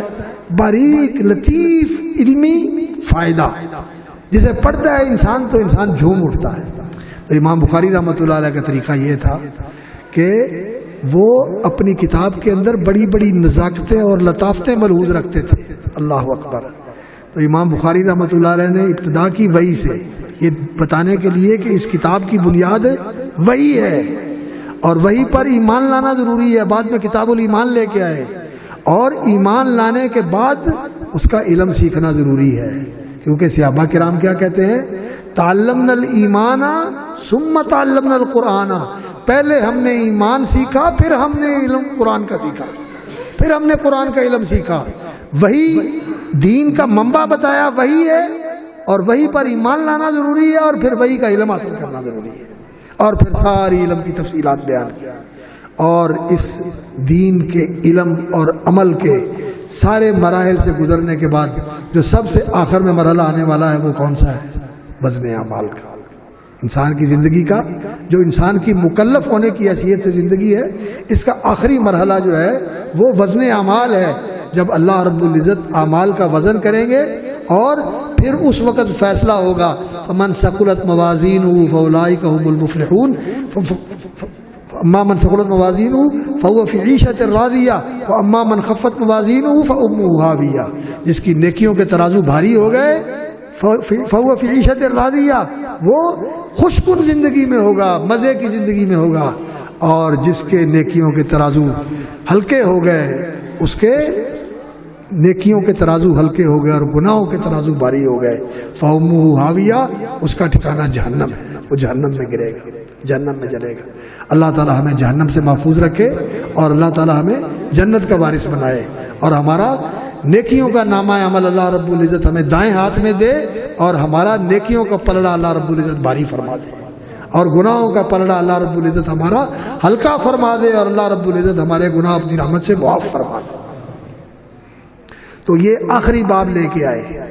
ایک تو یہ امام بخاری رحمۃ اللہ علیہ کا مقصد ہے کہ تکلیفی زندگی کا، جو انسان کی تکلیفی یعنی مکلف ہونے کی حیثیت سے انسان کی زندگی ہے، اس کا آخری مرحلہ وزن اعمال ہے۔ تو آخری باب وزن اعمال کا انہوں نے مقرر کیا، اور اس میں جو آیت لے کے آئے یہ قرآن مجید کی سب سے جامع آیت ہے۔ ویسے تو وزن اعمال کی بہت ساری آیات ہیں قرآن مجید میں، لیکن یہ آیت جو سورۃ الانبیاء کی امام بخاری رحمۃ اللہ لے کے آئے یہ سب سے جامع آیت ہے۔ وَنَضَعُ الْمَوَازِينَ الْقِسْطَ لِيَوْمِ الْقِيَامَةِ وَنَضَعُ الْمَوَازِينَ الْقِسْطَ لِيَوْمِ الْقِيَامَةِ فَلَا تُظْلَمُ نَفْسٌ شَيْئًا وَإِنْ كَانَ مِثْقَالَ حَبَّةٍ مِّنْ خَرْدَلٍ أَتَيْنَا بِهَا وَكَفَىٰ بِنَا حَاسِبِينَ۔ اللہ اکبر، اللہ اکبر، اللہ اکبر۔ ایک آدمی رسول اکرم صلی اللہ علیہ وسلم کے پاس آیا، کہنے لگا یا رسول اللہ میرے نوکر ہیں، غلام ہیں۔ اس زمانے میں غلام ہوتے تھے۔ کہنے لگا میرے غلام ہیں اور وہ جھوٹ بولتے ہیں، کام چوری کرتے ہیں، کام خراب بھی کرتے ہیں، اور میں بھی انسان ہوں، غصہ ہو جاتا ہے، غصہ آ جاتا ہے، ناراض ہو جاتا ہوں، تو میں انہیں سخت سست بھی کہہ لیتا ہوں، مار پیٹ بھی کر لیتا ہوں، کسی وقت غصہ چڑھتا ہے تو گالی بھی دے لیتا ہوں۔ تو یا رسول اللہ میرا اور ان کا معاملہ کیسے ہوگا قیامت والے دن؟ تو نبی صلی اللہ علیہ وسلم نے فرمایا جو انہوں نے کام چوری کی، تیرا کام خراب کیا، جھوٹ بولا، تیری بدخواہی کی، یہ سارا اکٹھا کر کے ترازو میں رکھ دیا جائے گا، اور جو تو نے ان کو سخت سست کہا، گالی دی، مارا، اس کو بھی ترازو میں رکھ دیا جائے گا، اور پھر ان کو تولا جائے گا۔ ان کی کوتاہی کتنی تھی، اور تیری سرزنش اور تیری مار پیٹ اور تیرا ان کے اوپر مواخذہ اور محاسبہ یہ کتنا تھا، ان دونوں کو تولا جائے گا۔ اگر تو ان کی کوتاہی بڑھ گئی تو تو بچ جائے گا، اور اگر تیری مار پیٹ اور تیرا سخت سست کہنا بڑھ گیا تو پکڑا جائے گا، وہ چھوٹ جائے گا۔ وزن ہوگا اعمال کا۔ کہنے لگا اتنا باریک وزن ہونے والا ہے؟ اے اللہ کے رسول، چیخیں نکل گئی اس کی، رونے لگا۔ حافظ ابن کثیر رحمۃ اللہ علیہ نے یہ حدیث اسی آیت کی تفسیر میں ذکر کی ہوئی ہے، اٹھا کے دیکھ لیں۔ اللہ اکبر۔ نبی صلی اللہ علیہ وسلم نے فرمایا بھائی میں کوئی اپنے پاس سے کہہ رہا ہوں، یہ اللہ کا قرآن ہے۔ وَنَضَعُ الْمَوَازِينَ الْقِسْطَ لِيَوْمِ الْقِيَامَةِ فَلَا تُظْلَمُ نَفْسٌ شَيْئًا، کسی پر زیادتی بھی نہیں ہوگی اور کسی کی حق تلفی بھی نہیں ہوگی۔ ظلم کے دو معنی ہوتے ہیں، ایک ظلم کا معنی ہوتا ہے زیادتی کرنا، اور ایک ظلم کا معنی ہوتا ہے کسی کا گھٹا دینا۔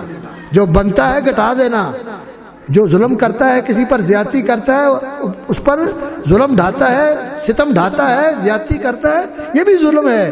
اور جس کا جو حق بنتا ہے وہ نہ دیا جائے، یہ بھی ظلم ہے۔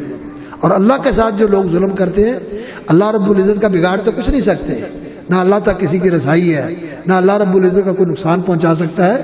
اللہ رب العزت کے ساتھ ظلم جو ہے نا، وہ یہی ہے کہ جو اللہ کا حق بنتا ہے انسان وہ نہیں دیتا، اللہ کا حق مار لیتا ہے۔ اللہ کا حق ہے اللہ کی توحید، اللہ کی توحید نہیں مانتا، اللہ کا حق ہے کہ اسے بے مثال مانا جائے، اللہ کے ساتھ اللہ کے بندوں کو اس جیسا بنا دیتا ہے۔ اور خاص طور پر جو آج کا زمانہ ہے، اللہ اکبر، آج کل تو جگہ جگہ شرک کے اڈے ہیں، شرک کے مراکز ہیں، اور شرک کی تعلیم دی جاتی ہے، اور مسلمان کلمہ پڑھنے کے باوجود شرک کی اندھیروں کے اندر بھٹکتے پھرتے ہیں۔ بڑی ضرورت ہے توحید کو اجاگر کرنے کی۔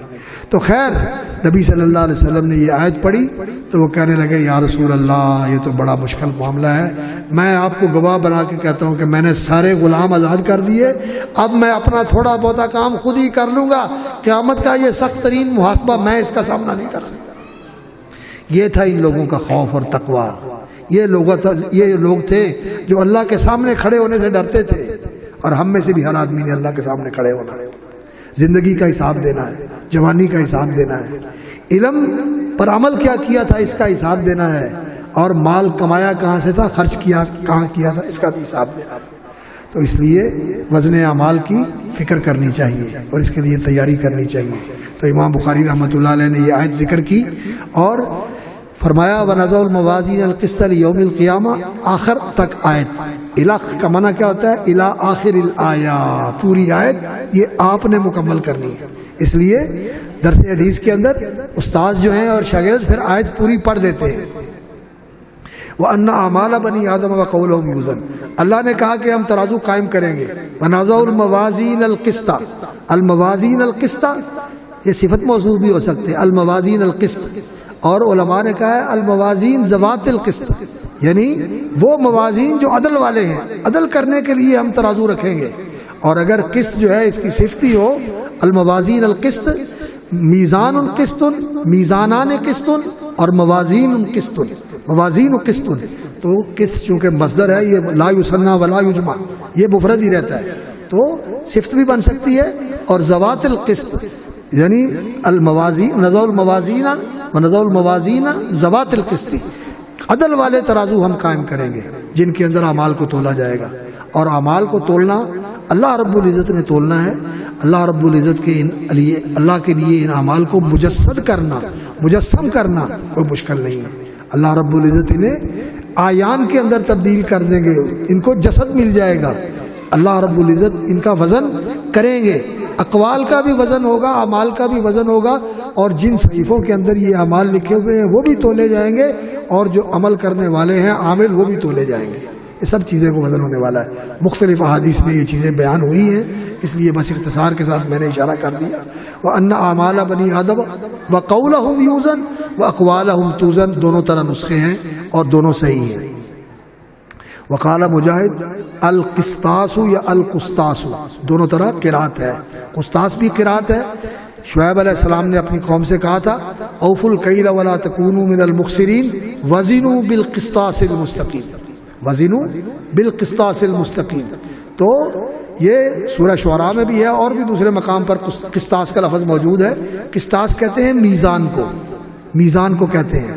وزنوا بالقسطاس المستقیم یعنی سیدھے ترازو کے ساتھ، سیدھے ترازو کے ساتھ تولا کرو، یعنی پورا تولا کرو، بلکہ نبی صلی اللہ علیہ وسلم نے فرمایا جھکتا ہوا تولا کرو، یعنی جس کو دے رہے ہو اس کو تھوڑا جھکتا ہوا زیادہ دیا کرو۔ اور لوگوں نے کیا کیا ہوا ہے؟ لوگوں نے یہ کیا ہوا ہے کہ ترازوؤں کا نظام خراب کیا ہوا ہے۔ پیٹرول لیں تو وہ بھی پورا نہیں ملتا، کپڑا لیں تو اس کا ماپ پورا نہیں ہوتا، پیمائش پوری نہیں ہوتی، اور چیز تول کے لی جائے تو وہ بھی سودا تن پہ سیر دا تن پا پلے پاون، ہجے بھی بڑی فیاضی ہے۔ وہ باب ابراہیم رحمۃ اللہ علیہ نے کہا تھا نا، سیر دا تن پا پلے پاون ہجے بھی بڑی فیاضی ہے۔ 3 پاؤ دیتے ہیں، 100 کے قیمت لے لی اور 3 پاؤ پلے ڈالا، اور ابھی بھی بڑی فیاضی ہے کہ چلو اتنا دے دیا، وگرنہ ان کی تو کوشش یہ ہے کہ پیسے لے لیں اور خالی واپس بھیج دیں، خالی واپس بھیج دیں۔ یہ حال ہے مسلمانوں کا۔ وزنوا بالقسطاس المستقیم، اور اللہ رب العزت نے یہ ماپ تول کے اندر کمی اور زیادتی کو اللہ رب العزت نے بہت زیادہ، یعنی لینے میں زیادہ لینا اور دینے میں تھوڑا دینا، دیتے وقت تھوڑا دینا، لیتے وقت زیادہ لینا، کمی زیادتی کا یہ معنی ہے۔ ویسے جس کو آپ دے رہے ہیں اس کو زیادہ دے دیں، یہ نیکی ہے۔ نبی صلی اللہ علیہ وسلم نے فرمایا زن و ارجع، تولو اور جھکتا ہوا تولو، اس کو زیادہ دے دو۔ ہاں جب آپ لیتے ہیں، جیسے سورۃ المطففین میں اللہ رب العزت نے فرمایا ویل للمطففین الذین اذا اکتالوا علی الناس یستوفون، جب لیتے ہیں تو پورا لیتے ہیں بلکہ بڑھا کے لیتے ہیں، اس میں کاٹ لگا دیتے ہیں، بڑھتا ہوا لیتے ہیں۔ وَإِذَا كَالُوهُمْ أَوْ وَزَنُوهُمْ، اور جب ماپ کے دیتے ہیں اور تول کے دیتے ہیں تو یخسرون، تھوڑا دیتے ہیں۔ تو اللہ رب العزت نے قرآن مجید میں یہ حکم دیا ہے وَزِنُوا بِالْقِسْطَاسِ الْمُسْتَقِيمِ، سیدھے ترازو کے ساتھ تول کے دیا کرو، پورا ماپ رکھا کرو، معیار کو بھی، کوالٹی کو بھی پورا رکھا کرو۔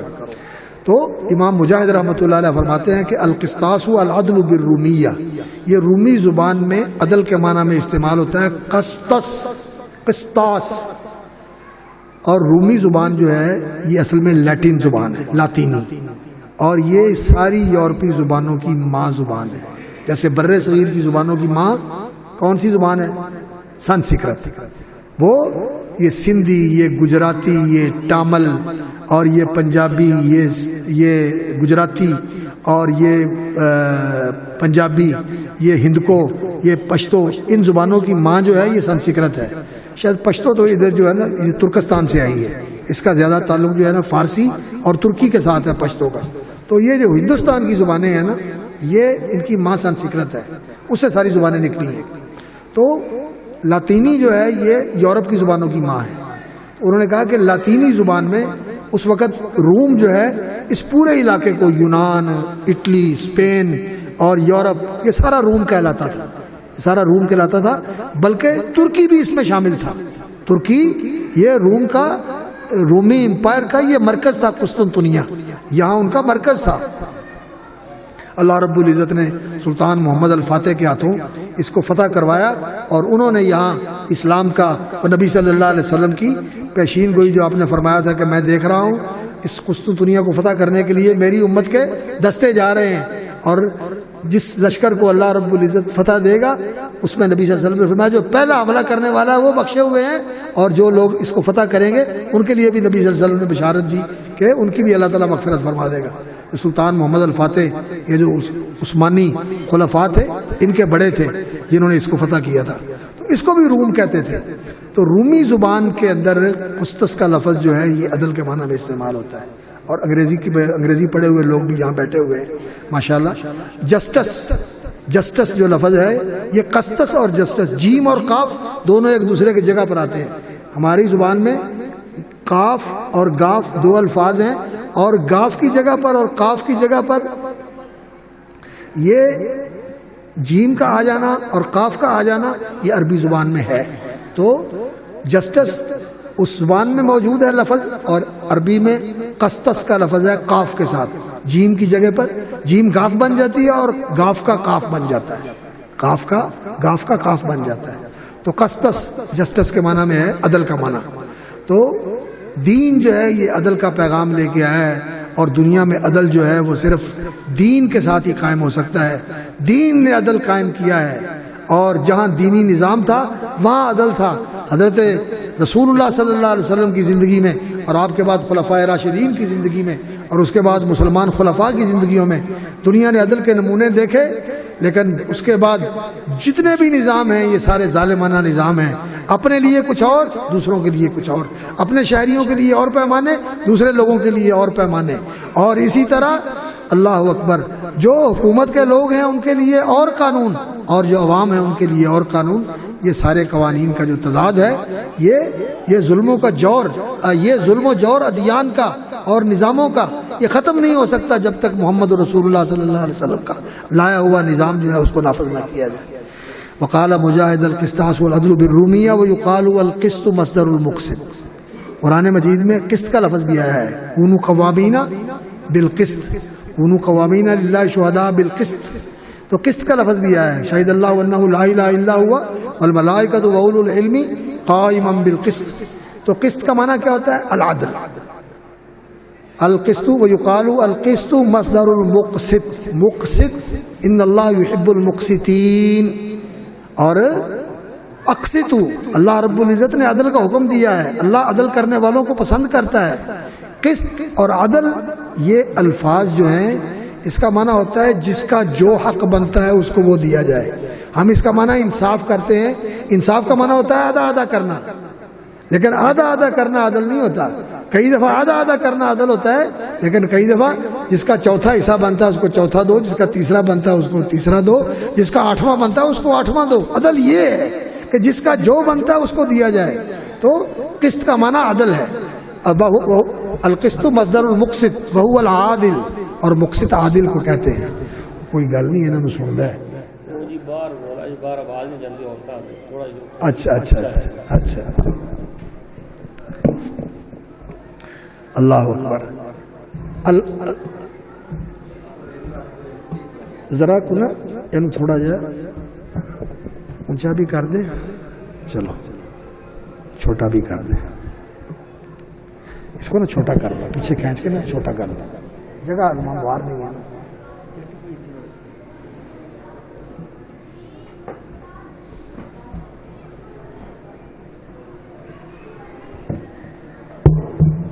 جزاک اللہ. چلو. یقال والقسط مصدر المقسط وهو العادل. عادل مقسط عادل ہے. واقسطوا ان اللہ یحب المقسطین. واما القاسط، اور قرآن مجید میں مقسط بھی آیا ہے، قسط بھی آیا ہے اور قاسط بھی آیا ہے. تو امام بخاری رحمۃ اللہ علیہ نے یہ نقطہ بیان کیا کہ قاسط کا معنی جائر ہے، مقسط کا معنی عادل ہے، اور قسط کا معنی عدل ہوتا ہے. اور قسط جو ہے قاف کے فتح کے ساتھ اور سین کے سکون کے ساتھ اس کا معنی جور ظلم ہوتا ہے، اسی سے نکلا ہے القاسط. اما القاسطون فکانوا لجہنم حطبا، ظلم کرنے والے جہنم کا ایندھن بنیں گے. تو بعض علماء نے یہاں اعتراض کیا ہے، وہ کہتے ہیں کہ مقسط جو ہے یہ تو باب افعال کا اس میں فاعل ہے، تو اس کا مصدر تو اقساط بنتا ہے. یہ امام بخاری نے جو کہہ دیا کہ وَيُقَالُ الْقِسْطُ مصدر المقسط، یہ تو علمی طور پر کمزور بات ہے، اس لیے کہ مقسط کا مصدر تو کیا ہے؟ اقساط ہے، باب افعال ہے، اس میں سے نکلا ہے مقسط. تو اصل بات یہ ہے کہ امام بخاری رحمۃ اللہ علیہ نے جو اقساط کی اصل، اس کا اصل مادہ ہے جو مصدر المصدر ہے ثلاثی، اس کا ذکر کر کے یہ بتایا کہ مقسط جو ہے یہ اصل قسط سے نکلا ہے عدل کے معنی میں. لفظی مصدر تو اس کا اقساط ہی ہے، لیکن جو اس کا اصلی مصدر ہے جس سے وہ بنا ہے وہ کیا ہے؟ القسط. تو یہ کمزور بات نہیں ہے، یہ بڑی گہری اور برحق بات ہے، درست بات ہے، وزنی بات ہے یہ. وَأَمَّا الْقَاسِطُ فَهُوَ الْجَائِرُ. اور پھر اس کے بعد امام بخاری رحمۃ اللہ علیہ اپنی اسناد بیان کرتے ہیں. اور میری اسناد جو ہے، میں نے اللہ اکبر حدیث پڑھی ہے صحیح بخاری حافظ عبداللہ بڈی مالوی رحمۃ اللہ علیہ سے. یہاں شیخ الحدیث رہے ہیں حافظ احمد اللہ صاحب بڈی مالوی. حافظ عبداللہ صاحب میرا خیال یہاں نہیں رہے کہ یہاں رہے ہیں، یہاں بھی رہے ہیں، دارالحدیث اکاڑا میں بھی رہے ہیں، اور جامعہ محمدیہ اکاڑا میں بھی رہے ہیں، جامعہ سلفیہ میں بھی رہے ہیں، اور مامو کانجن میں بھی رہے ہیں، اوڈا والا میں بھی رہے ہیں. میرے بھی وہ استاد ہیں، میرے والد صاحب کے بھی استاد تھے، میں نے ان سے صحیح بخاری پڑھی ہے، اور انہوں نے حافظ گوندلوی رحمۃ اللہ علیہ سے پڑھی ہے، اور حافظ گوندلوی رحمۃ اللہ علیہ نے حافظ عبدالمنان وزیر آبادی رحمۃ اللہ علیہ سے پڑھی ہے، اور امام حافظ عبدالمنان رحمۃ اللہ علیہ نے امام سید نذیر حسین دہلوی سے پڑھی تھی. اور حافظ عبدالمنان صاحب رحمۃ اللہ علیہ کو ایک اور سند بھی ان کو حاصل تھی، اور وہ تھی مولانا عبدالحق بنارسی رحمۃ اللہ علیہ کی. انہوں نے مینا کا حج کا سفر کیا، مینا کے میدان میں امام عبدالحق بنارسی رحمۃ اللہ علیہ سے انہوں نے حدیث کی سند لی، مینا میں ان سے اجازت لی انہوں نے. اور عبدالحق بنارسی رحمۃ اللہ علیہ جو تھے وہ شاگرد تھے امام شوکانی رحمۃ اللہ علیہ کے، وہ امام شوکانی کے شاگرد تھے. اور سید نذیر حسین رحمۃ اللہ علیہ وہ شاہ اسحاق دہلوی رحمۃ اللہ علیہ کے شاگرد تھے، اور وہ شاہ عبدالعزیز کے شاگرد تھے، اور وہ شاہ ولی اللہ رحمۃ اللہ علیہ کے شاگرد تھے، اور وہ محمد ابن ابراہیم کے شاگرد تھے، اور وہ ابراہیم ابن حسن کے شاگرد تھے. اور ایک سند سے میرا امام بخاری تک جو سلسلہ اسناد ہے وہ 25 واسطوں پر مشتمل ہے، اور ایک میں 26 واسطوں کے اوپر مشتمل ہے. اور بھی میرے پاس اجازہ ہے مولانا ثناء اللہ ہوشیار پوری، یہ بھی حافظ محمد صاحب گوندلوی کے شاگرد تھے. اور ایک اور میرے پاس اجازہ ہے، اور وہ ہے مولانا عبدالغفار حسن رحمانی رحمۃ اللہ علیہ، جو حافظ احمد اللہ صاحب دہلوی رحمۃ اللہ علیہ کے شاگرد تھے، جامعہ رحمانیہ میں انہوں نے پڑھا تھا. اور مولانا یوسف زبیدی رحمۃ اللہ علیہ یہ سندھی تھے، اور انہوں نے جامعہ زبیدیہ میں دلی میں حافظ احمد اللہ صاحب سے پڑھا تھا. اور حافظ احمد اللہ صاحب بھی میاں صاحب کے شاگرد تھے. تو وہاں میں ایک واسطے سے حافظ احمد اللہ صاحب تک پہنچ جاتا ہوں، اور یہاں میرے میاں نذیر حسین صاحب تک 3 واسطے ہیں. حافظ عبدالمنان صاحب، ان کے شاگرد حافظ گوندلوی، اور ان کے شاگرد حافظ عبداللہ بڈی مالوی. اور اسی طرح مولانا ثناء اللہ ہوشیار پوری رحمۃ اللہ علیہ. میرے اور میاں صاحب کے درمیان 3 استاد ہیں، حافظ عبداللہ صاحب، حافظ محمد صاحب، اور حافظ عبدالمنان صاحب. اور وہ جو سند ہے اس میں میاں صاحب تک میرے درمیان 2 واسطے ہیں، میرے استاد اور ان کے استاد، اور تیسرا درجہ جو ہے میاں صاحب رحمۃ اللہ علیہ تک پہنچ جاتا ہے. اور امام شوکانی رحمۃ اللہ علیہ تک بھی ان کا سلسلہ پہنچتا ہے. یہ جو سند ہے حافظ عبدالمنان صاحب والی، اس میں ان کو امام شوکانی رحمۃ اللہ علیہ سے سند حاصل ہے. اور دوسری سند جو ہے وہ میرے پاس حافظ احمد اللہ صاحب کے واسطے سے ہے. حافظ احمد اللہ صاحب رحمۃ اللہ علیہ امام حسین ابن محسن انصاری رحمۃ اللہ علیہ کے شاگرد تھے، اور حسین ابن محسن انصاری یمانی وہ احمد ابن محمد ابن علی شوکانی کے شاگرد تھے، اور احمد جو تھے وہ اپنے باپ محمد ابن علی شوکانی کے شاگرد تھے۔ تو امام شوکانی تک حافظ احمد اللہ کے واسطے سے حسین ابن محسن انصاری، اور وہ احمد سے اور وہ محمد سے، اور یہاں حافظ عبد المنان صاحب تک تو 3 واسطوں سے 2 واسطوں سے پہنچتا ہوں میں، اور وہ میرا تیسرا واسطہ ہے، اور وہ پہنچتے ہیں امام شوکانی تک 1 واسطے سے، سند اونچی ہو جاتی ہے۔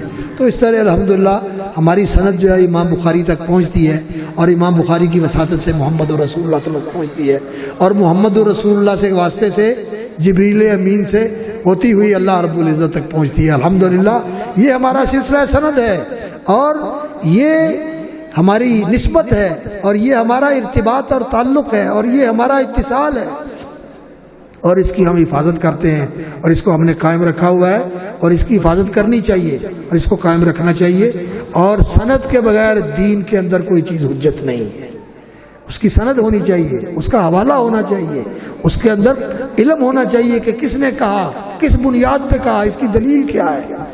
تو پھر امام بخاری رحمۃ اللہ علیہ اپنی سند کے ساتھ اس حدیث کو بیان کرتے ہیں۔ حدثنا احمد بن اشکاب قال حدثنا محمد بن فضیل عن عمارۃ بن القعقاع۔ دوسری روایت میں امام بخاری رحمۃ اللہ علیہ نے عمارۃ بن القعقاع سے محمد بن فضیل بن غزوان کا حدثنا کے ساتھ تحدیث بھی بیان کی ہے۔ حدثنا محمد بن فضیل حدثنا عمارۃ بن القعقاع، عمارۃ بن القعقاع تحدیث کے ساتھ محمد بن فضیل بن غزوان کو بیان کرتے ہیں۔ عمارۃ بن القعقاع ان ابی زرعہ، ابو زرعہ جو تھے یہ اپنی کنیت کے ساتھ مشہور تھے، ان کا نام حرم بھی ہے، جریر بھی ہے، اور عمر بھی ہے۔ عبداللہ اور عبد الرحمن بھی علماء نے ذکر کیا ہے، لیکن جس طرح حضرت ابو ہریرہ اپنی کنیت کے ساتھ مشہور تھے، یہ بھی اپنی کنیت کے ساتھ مشہور تھے۔ ان ابی زرعہ ان ابی ہریرہ رضی اللہ تعالی عنہ۔ ابو ہریرہ تو مدینے میں رہے، یہ مدینے سے باہر نہیں گئے جنگ جہاد میں دوسرے شہروں میں، لیکن مدینے میں رہے اور مدینے میں وفات پائی۔ لیکن یہ جو ان کے شاگرد ہیں یہ سارا سلسلہ سند جو ہے کوفی ہے۔ محمد بن اشکاب یہ بھی کوفی تھے، اور محمد بن فضیل بن غزوان الزبی الکوفی یہ بھی کوفی تھے، عمارۃ بن القعقاع یہ بھی کوفی تھے، اور ابو زرعہ بھی کوفے میں رہے۔ یہ ساری کوفی سند ہے۔ احمد بن اشکاب اور ان کے استاذ محمد بن فضیل، ان کے استاذ عمارۃ بن القعقاع، ان کے استاذ ابو زرعہ، اور ان کے استاذ ابو ہریرہ۔ تو یہ امام بخاری کی خماسی سند ہے، وہ نبی صلی اللہ علیہ وسلم تک 5 واسطوں سے پہنچتے ہیں۔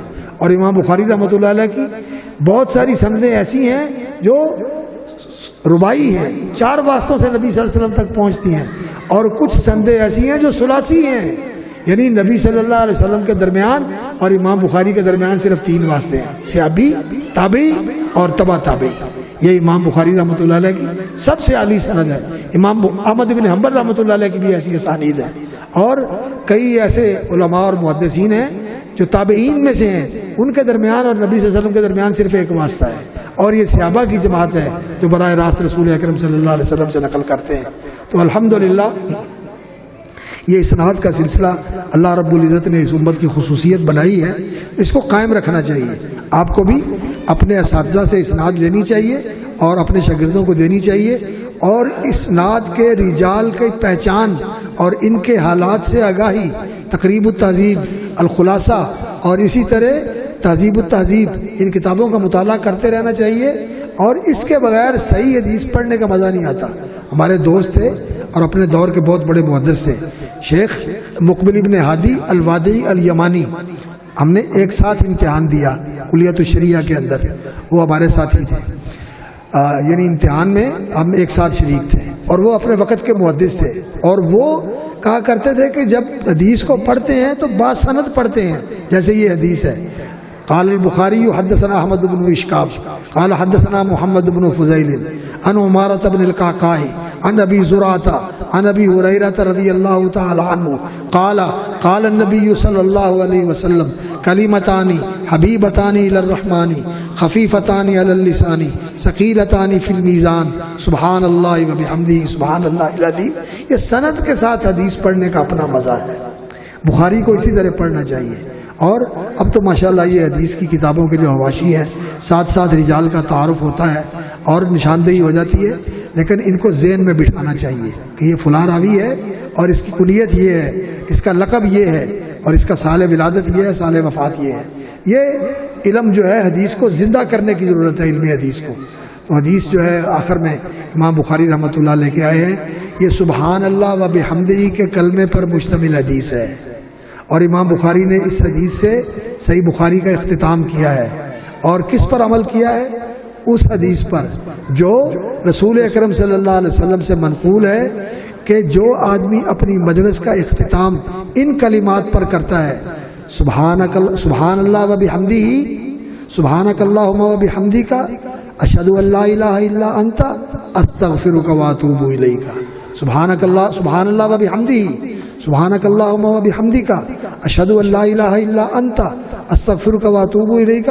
یعنی اللہ کی تسبیح و حمد کے ساتھ استغفار کے اوپر جو مجلس کا اختتام کرتا ہے، اگر تو وہ خیر کی، نیکی کی، بھلائی کی مجلس تھی تو یہ کلمات جو ہیں اس کے اوپر مہر بن جاتے ہیں، وہ نیکی محفوظ ہو جاتی ہے، وہ ساری زندگی محفوظ رہتی ہے، ضائع نہیں ہوتی۔ ترازو کے نیکیوں کے ترازو میں رکھی جائے گی اور انشاءاللہ آپ کا نیکیوں والا پلڑا بھاری ہو جائے گا۔ اور اگر وہ مجلس ایسی تھی جس میں کوتاہی ہو گئی، جس میں کوئی تقصیر ہو گئی، جس میں کوئی کمی رہ گئی، جس میں کوئی غلطی ہو گئی انسان سے، تو اللہ تعالیٰ ان الفاظ کو کفارہ بنا دیتے ہیں۔ تو امام بخاری رحمۃ اللہ علیہ اس حدیث کے اوپر اس کا اختتام فرما رہے ہیں۔ حدیث کا مفہوم بس اختصار کے ساتھ میں آپ کے سامنے ذکر کرتا ہوں کہ امام بخاری رحمۃ اللہ علیہ نے فرمایا، قال ابو ہریرہ کہتے ہیں، قال النبی صلی اللہ علیہ وسلم کلمتان، دو بول ہیں۔ کلمہ یہاں کلام کے معنی میں ہے، جیسے کلمہ طیبہ اور کلمۃ التشہد اور اشہد ان لا الہ الا اللہ وحدہ لا شریک لہ واشہد ان محمدا عبدہ ورسولہ، کلمہ شہادت۔ یہ کلمہ یہاں کلام کے معنی میں ہے۔ وکلمۃ بہا کلام قد یعم، امام بن مالک رحمۃ اللہ علیہ نے فرمایا وکلمۃ بہا کلام قد یعم، کبھی کلمہ بول کر کلام مراد لی جاتی ہے۔ اللہ اکبر۔ تو کہتے ہیں کہ رسول اللہ صلی اللہ علیہ وسلم نے فرمایا دو بول ہیں، دو کلمے ہیں۔ یہ کون سے دو کلمے ہیں؟ یہاں تو یہ دو کلمے ہیں، ایک سبحان اللہ و بحمدہ اور دوسرا سبحان اللہ العظیم، یہ دو کلمے ہیں۔ اور ویسے حقیقتاً دو کلمے ہیں، ایک اللہ کی تسبیح کا کلمہ اور ایک اللہ رب العزت کی حمد کا کلمہ۔ ایک اللہ کی حمد کا کلمہ، اللہ کی تسبیح کا کلمہ سبحان اللہ، اور اللہ کی حمد کا کلمہ و بحمدہ الحمدللہ۔ یہ اللہ کی تسبیح کا کلمہ اور اللہ رب العزت کی حمد کا کلمہ، یہ دو کلمے ایک ساتھ ہیں سبحان اللہ و بحمدہ کے اندر، اور پھر سبحان اللہ کی تکرار ہے اور پھر دہرایا ہے سبحان اللہ کو، اللہ کی تسبیح کو، پہلے بھی تنزیہ اور پھر بھی تنزیہ، اور اس کے ساتھ العظیم، اللہ کی عظمت کا بیان، اللہ کے جلال کا بیان، کہ جتنی بھی اس کی تسبیح کی جائے وہ اس سے بڑھ کر سبوح ہے، اس کی تسبیح اس سے بھی بڑھ کر ہے، اس کی پاکی اس سے بھی بڑھ کر ہے۔ تو اسی طرح جو اس کی حمد ہے وہ بھی ایسے ہے کہ جتنی اس کی تعریف کی جائے اللہ رب العزت کی حمد اس سے بڑھ کر ہے، ہم اس کی حمد کا حق ادا نہیں کر سکتے۔ تو سبحان اللہ و بحمدہ، اس کلمے کے اندر، اس حدیث کے اندر حضرت رسول اکرم صلی اللہ علیہ وسلم نے، اللہ اکبر، بڑی خوبصورت آپ صلی اللہ علیہ وسلم کی حدیث ہے جس کے اندر بڑا ردم ہے، بڑی لے ہے، بڑا آہنگ ہے، تناسب ہے، توازن ہے اور تقابل ہے۔ کلمتانی حبیبتانی، کلمتانی حبیبتانی الی الرحمن، کلمتان حبیبتان الی الرحمن، تناسب ہے نا، تناسب ہے۔ اور یہ تناسب جو ہے کانوں کو اچھا لگتا ہے، انسان کو اس کی طرف جھکاؤ ہوتا ہے۔ کلمتانی حبیبتانی الی الرحمن خفیفتانی علی اللسان، خفیفتان علی اللسان، اس میں بھی تناسب ہے۔ اور ثقیلتانی فی المیزان، اس میں بھی تناسب ہے۔ اور خفیفتانی ثقیلتانی، اس میں تقابل ہے، خفیف ثقیل، اس میں تقابل ہے، خفیف کے مقابلے میں ثقیل، ثقیل کے مقابلے میں خفیف۔ تو امام رحمۃ اللہ علیہ نے یہ حدیث ذکر فرمائی، اور نبی صلی اللہ علیہ وسلم نے ان کلمات کے ساتھ، یہ جو پہلے کلمات ہیں بعض علماء نے کہا ہے یہ خبر مقدم ہے اور سبحان اللہ و بحمدہ سبحان اللہ العظیم یہ مبتدا مؤخر ہے. اور بعض علماء نے کہا کہ اس سے بہتر یہ ہے کہ کلمتان حبیبتان الی الرحمن خفیفتان علی اللسان ثقیلتان فی المیزان. یہ کلمہ کی جو صفتیں، کلمتان کی جو صفتیں ہیں، خفیفتان علی اللسان، حبیبتان الی الرحمن پہلی صفت، خفیفتان علی اللسان دوسری صفت، ثقیلتان فی المیزان تیسری صفت، یہ موصوف اپنی تینوں صفات کے ساتھ مل کر مبتدا ہو، یہ مبتدا ہو. اور سبحان اللہ و بحمدہ سبحان اللہ العظیم وہ اس کی خبر ہو. یہ زیادہ فصیح ہے. جو جائز دونوں طرح ہے، وہ بھی ترکیب صحیح ہے، یہ بھی ترکیب صحیح ہے. لیکن اللہ اکبر کلمتانی یعنی سبحان اللہ و بحمدہ سبحان اللہ العظیم یہ دو کلمے ہیں، یہ بھی ٹھیک ہے. لیکن دو کلمے ہیں اللہ کو بڑے پیارے، زبان پر بڑے ہلکے اور ترازو کے اندر بڑے بھاری. شوق ہوتا ہے کہ وہ کون سے کلمے ہیں؟ وہ کلمے ہیں سبحان اللہ و بحمدہ سبحان اللہ العظیم. اس کو مبتدا بنا لیا جائے اور اس کو اس کی خبر بنا کے ذکر کیا جائے تو اس کے اندر زیادہ جو ہے زور پیدا ہو جاتا ہے. خیر، تو سبحان اللہ و بحمدہ سبحان اللہ جو ہے، امام زمخشری رحمۃ اللہ علیہ نے تو یہ کہا، لغت کے امام ہے. عقیدے میں تو اگرچہ وہ معتزلی ہیں لیکن لغت کے اور قرآن کی بلاغت کے اور قرآن مجید کے لطائف کے بہت بڑے امام ہیں. لیکن اللہ تعالیٰ معاف فرمائے انہوں نے اپنا اعتزالی فکر جو ہے اس کے اندر شامل کر دیا ہے، لیکن علماء نے بھی رہنے نہیں دیا. علامہ ابن المنیر رحمۃ اللہ علیہ نے اپنی کتاب کے اندر اس کو بالکل اس طرح قرید کے سب نکال کے صاف کر دیا ہے، اور علماء نے اس کی شرح بھی لکھی ہے. علامہ طیبی رحمۃ اللہ علیہ نے کشاف کی شرح بھی لکھی ہے. تو علامہ زمخشری کہتے ہیں کہ سبحان علم علی التسبیح ہے. یہ سبحان جو ہے یہ تسبیح کا علم ہے، اور علم جو ہے کبھی ہوتا ہے عین کے لیے، آیان کے لیے علم ہوتا ہے. جیسے میرا نام مسعود ہے، آپ کا کیا نام ہے؟ شعیب. یہ عین کا نام ہے. کسی چیز کا بھی نام ہوتا ہے، یہ مکبر الصوت ہے، یہ مائکرو فون ہے. تو کبھی کسی چیز کا نام ہوتا ہے اور کبھی علم جو ہے کسی جنس کا نام ہوتا ہے، کبھی کسی جنس کا نام ہوتا ہے. اور جنس جو ہے کبھی معنی ہوتا ہے اور کبھی جو ہے وہ عین ہوتا ہے. جیسے جنس البر القمح یہ جنس ہے، یہ ایک جنس کا نام ہے. اور سبحان یہ تسبیح یہ ایک معنی ہے جس کے اوپر یہ علم کے طور پر بولا گیا ہے. اور بعض علماء لغت نے یہ کہا ہے، وہ جیسے کہ علامہ قسطلانی رحمۃ اللہ علیہ نے ذکر کیا اپنی شرح ارشاد الساری کے اندر، وہ فرماتے ہیں کہ سبحان جو ہے یہ تسبیح کے لیے علم بھی ہو سکتا ہے، اور یہ سبح مجرد سے سبحان فولان کے وزن پر مصدر بھی ہو سکتا ہے، اس پر مصدر بھی ہو سکتا ہے. اور لغت میں یہ سبحان اس طرح مجرد استعمال بھی ہوا ہے، سبح کے ساتھ سبحان استعمال ہوا ہے. اور انہوں نے ایک شعر بھی ذکر کیا ہے اس کی تائید کے اندر. خیر لمبی بات ہے، آپ قسطلانی میں دیکھ سکتے ہیں، اس کا مطالعہ کر لیں انشاءاللہ العزیز، آپ کی آنکھیں روشن ہو جائیں گی انشاءاللہ العزیز. اور مطالعہ کرنا چاہیے انسان کو. علم مطالعے کے ساتھ آتا ہے، اور بار بار پڑھنے سے انسان کا علم جو ہے وہ منضبط ہوتا ہے اور انسان کی ذہن میں راسخ ہوتا ہے. تو امام بخاری رحمۃ اللہ علیہ نے سبحان اللہ یہ کلمہ ایک ذکر کیا، اللہ کی تسبیح کا کلمہ. تسبیح کا معنی کیا ہوتا ہے؟ تسبیح کا معنی ہوتا ہے تنزیہ اور تبریہ، یعنی نقائص، عیوب اور کمی اور کوتاہی والی چیزیں یہ سب دور ہیں، اللہ ان سے پاک اور اونچا ہے. اللہ ان سے پاک اور اونچا ہے، اللہ رب العزت ان سے بری ہے، اللہ ان سے برتر ہے، اللہ ان سے بالا ہے، اللہ ان سے اعلیٰ ہے. تسبیح کا معنی ہوتا ہے دور کرنا، اللہ کو پاک بتانا، ماننا اور جاننا، اور اس کی پاکی اور اس کی پاکی کا اور اس کی پاکیزگی کا اظہار کرنا کہ اللہ پاک ہے ہر نقص سے، ہر عیب سے، ہر شریک سے، ہر مماثل اور مثیل سے، ہر نظیر سے، ہر ضد اور ند سے، ہر مد مقابل سے، ہر ہمسر سے، اور اس سے کہ کوئی اس کے مقابل میں آ کے کھڑا ہونے والا ہو. اللہ تعالیٰ ان ساری چیزوں سے پاک ہے.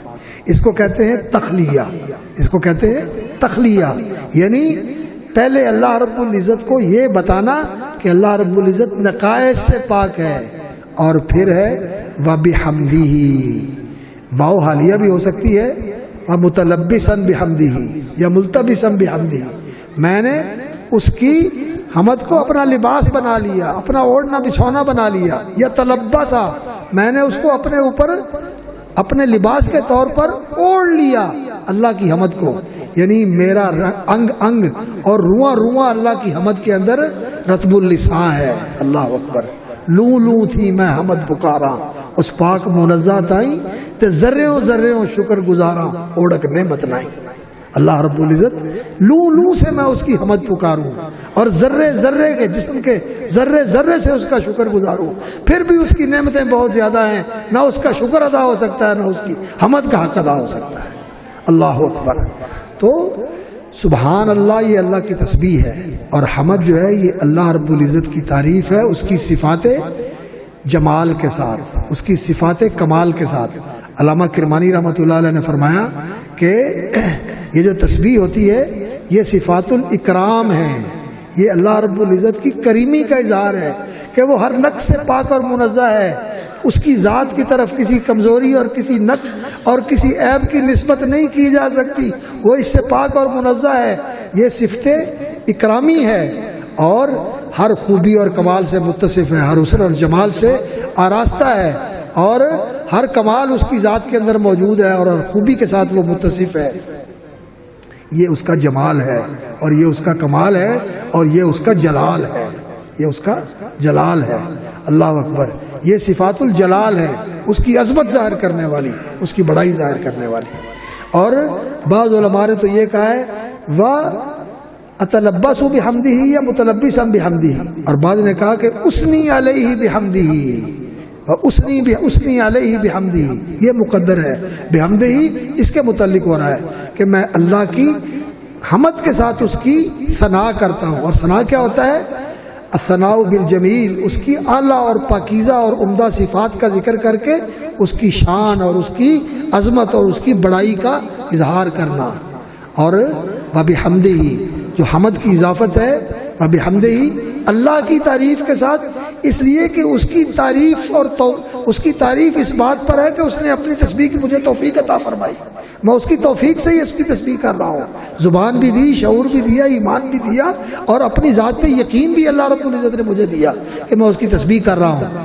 اور یہ سبحان اللہ و بحمدہ کے اندر اللہ رب العزت کی تسبیح کا کلمہ بھی ہے اور اللہ کی حمد کا کلمہ بھی ہے، اور یہ دونوں کلمے سبحان اللہ والحمد للہ، نبی صلی اللہ علیہ وسلم نے فرمایا الحمد للہ تملأ المیزان، الحمد للہ و بحمدہ، الحمد للہ کا جو الحمد للہ کا صیغہ ہے یہ وبحمدہ کے اندر مختصر ہو گیا ہے، وبحمدہ اپنی حمد کے ساتھ، جیسے خود اس نے کی، جیسے اس کی مخلوق اس کی کرتی ہے، یا جیسی اس کی ہونی چاہیے، سارے مفہوم اس وبحمدہ کے اندر آ جاتے ہیں۔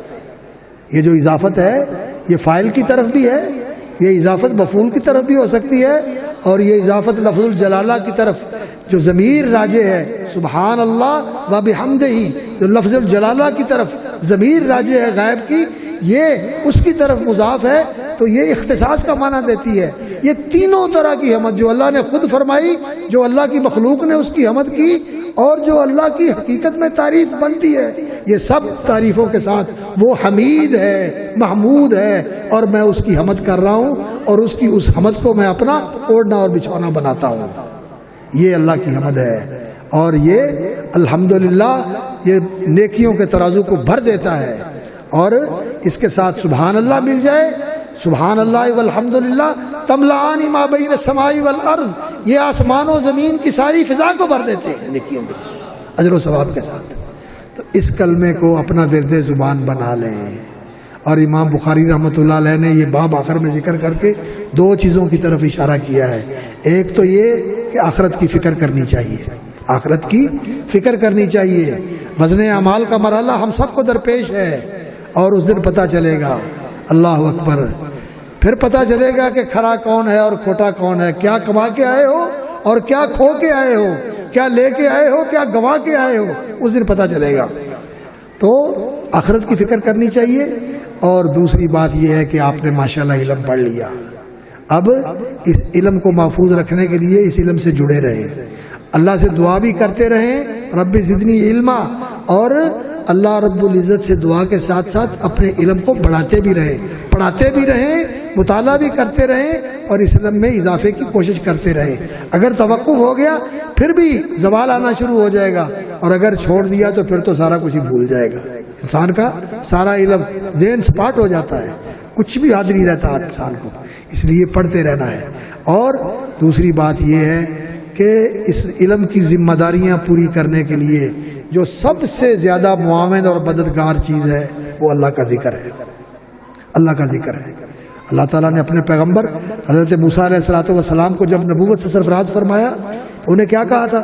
اقیم الصلاۃ لذکری، میرے ذکر کے لیے نماز قائم کرنا۔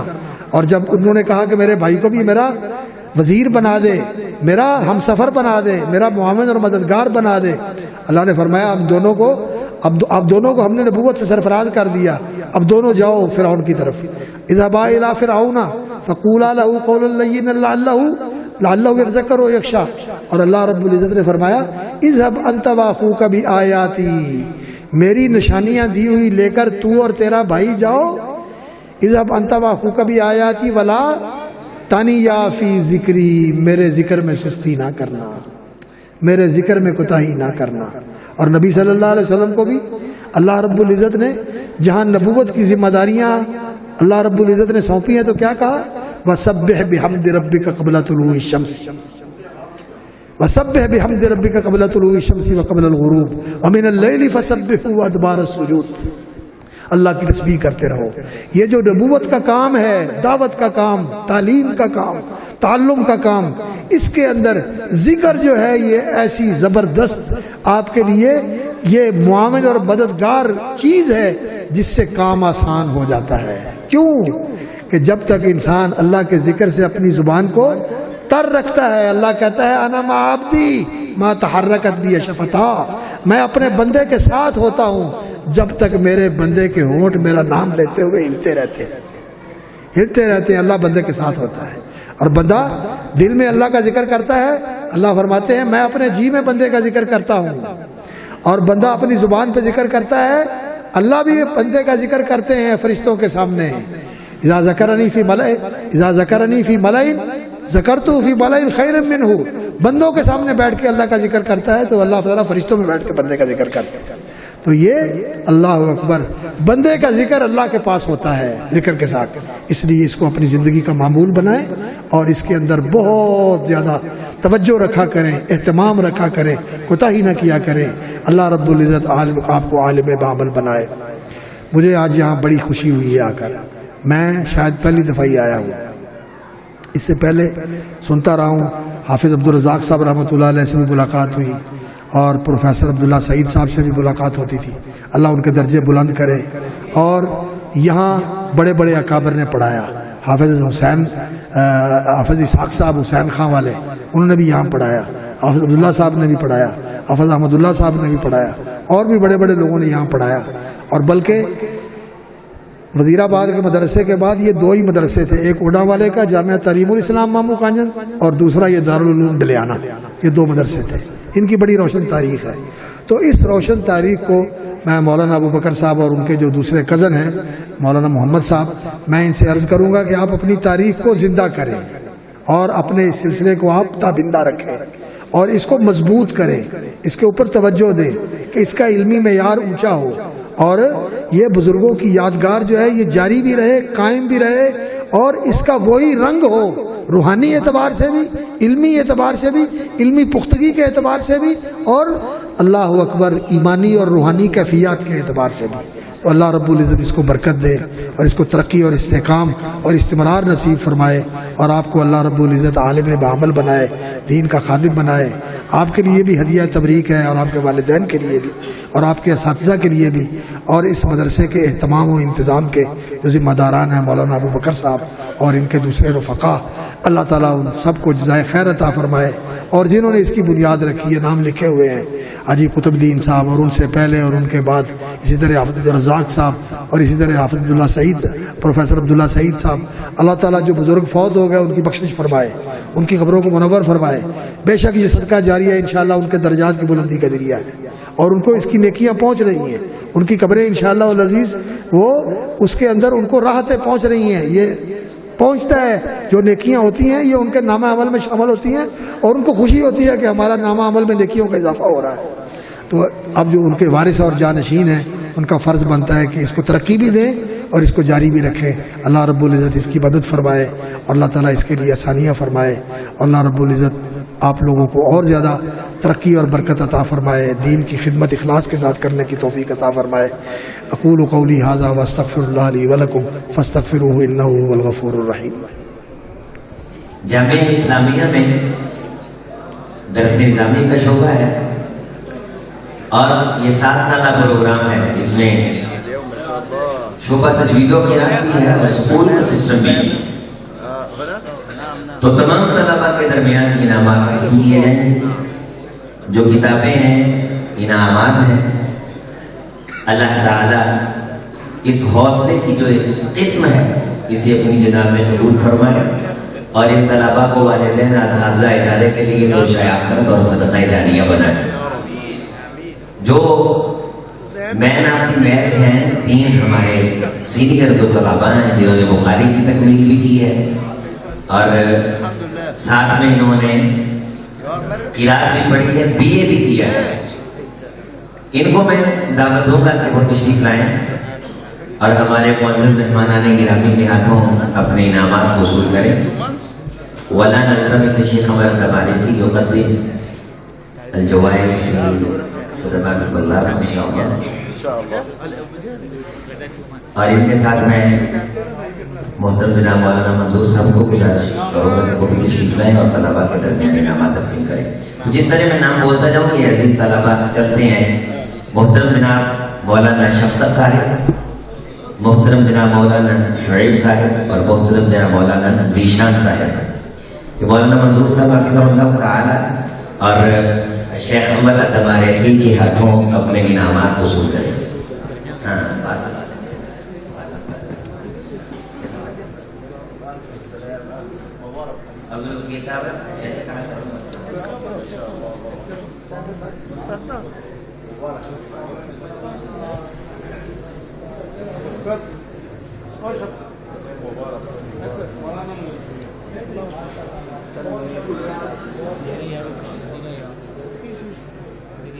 قاری سید اللہ سید بخاری صاحب سے گزارش کروں گا اور شیخ عادل الباز حافظہ اللہ سے یقدم الجوائز فی خدمت الطلاب شعبہ تجوید القرآن۔ قاری عثمان امجد صاحب، یہ ترتیب کے ساتھ کھڑے کرتے ہیں شاید یہ ترتیب کے ساتھ کھڑے ہو جائیں نا قاری صاحب، اسی سائڈ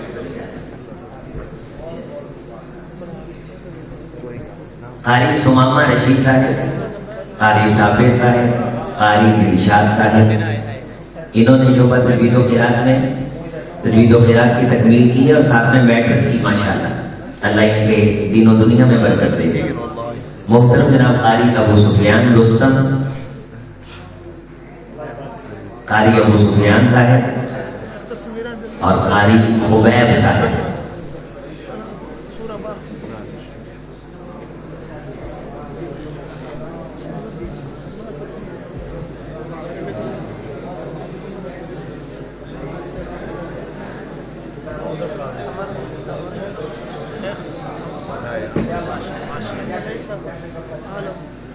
شعبہ تحفیظ سے مکمل قرآن مجید کی تکمیل کرنے والے خوش نصیب طلباء جنہوں نے ساتھ میڈل بھی کیا ہے، اللہ اس ادارے کی خدمات کو قبول فرمائے۔ ان طلباء کو اللہ تعالیٰ دنیا آخرت کی نعمتوں سے مالا مال فرمائے۔ شعبہ حفظ کے طلباء جنہوں نے قرآن مجید کے حفظ کی تکمیل کی ہے انہیں دعوت دوں گا کہ وہ اپنے انعامات مشائخ کے ہاتھوں سے وصول کریں۔ حافظ شعیب صاحب، حافظ حبیب الرحمان رستم صاحب، حافظ عرفان ذوالفقار صاحب اور حافظ صدام صاحب حافظهم اللہ تعالی۔ ماشاء اللہ، سلمکم اللہ دائما وسعیکم مشکورا۔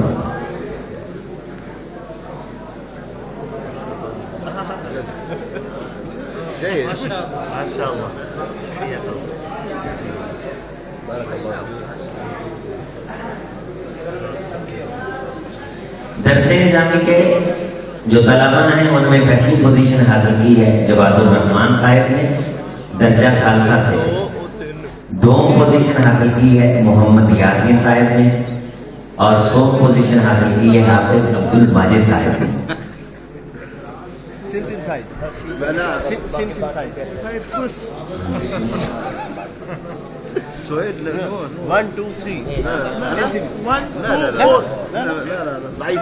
میں نام بول دیتا ہوں، آپ بیٹھ جائیں، انعام بعد میں وصول کر لیں۔ طلبہ کے نام بول دیتا ہوں۔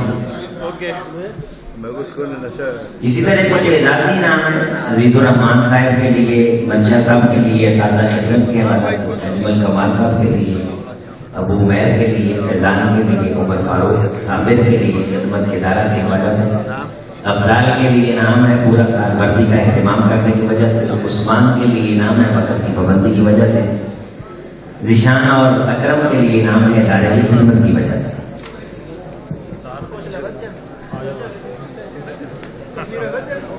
درس نظامی کے درجہ رابعہ سے پہلی پوزیشن بلال صاحب نے حاصل کی ہے، دوسری افضال اور تیسری عثمان صاحب نے۔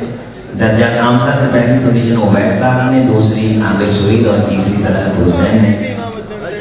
اور درجہ سادسہ سے پہلی پوزیشن ابوبکر شہباز، دوسری ذبیح اللہ اور تیسری وقار احمد نے۔ درجہ سابعہ سے پہلی پوزیشن شفقت اللہ، ذیشان زبیر اور تیسری پوزیشن شعیب امین۔ شعبہ تجوید میں درجہ اولا جو ہے اس میں پہلی پوزیشن انس مبین نے، اور دوسری افضال ابوبکر اور تیسری عمیر رزاق نے۔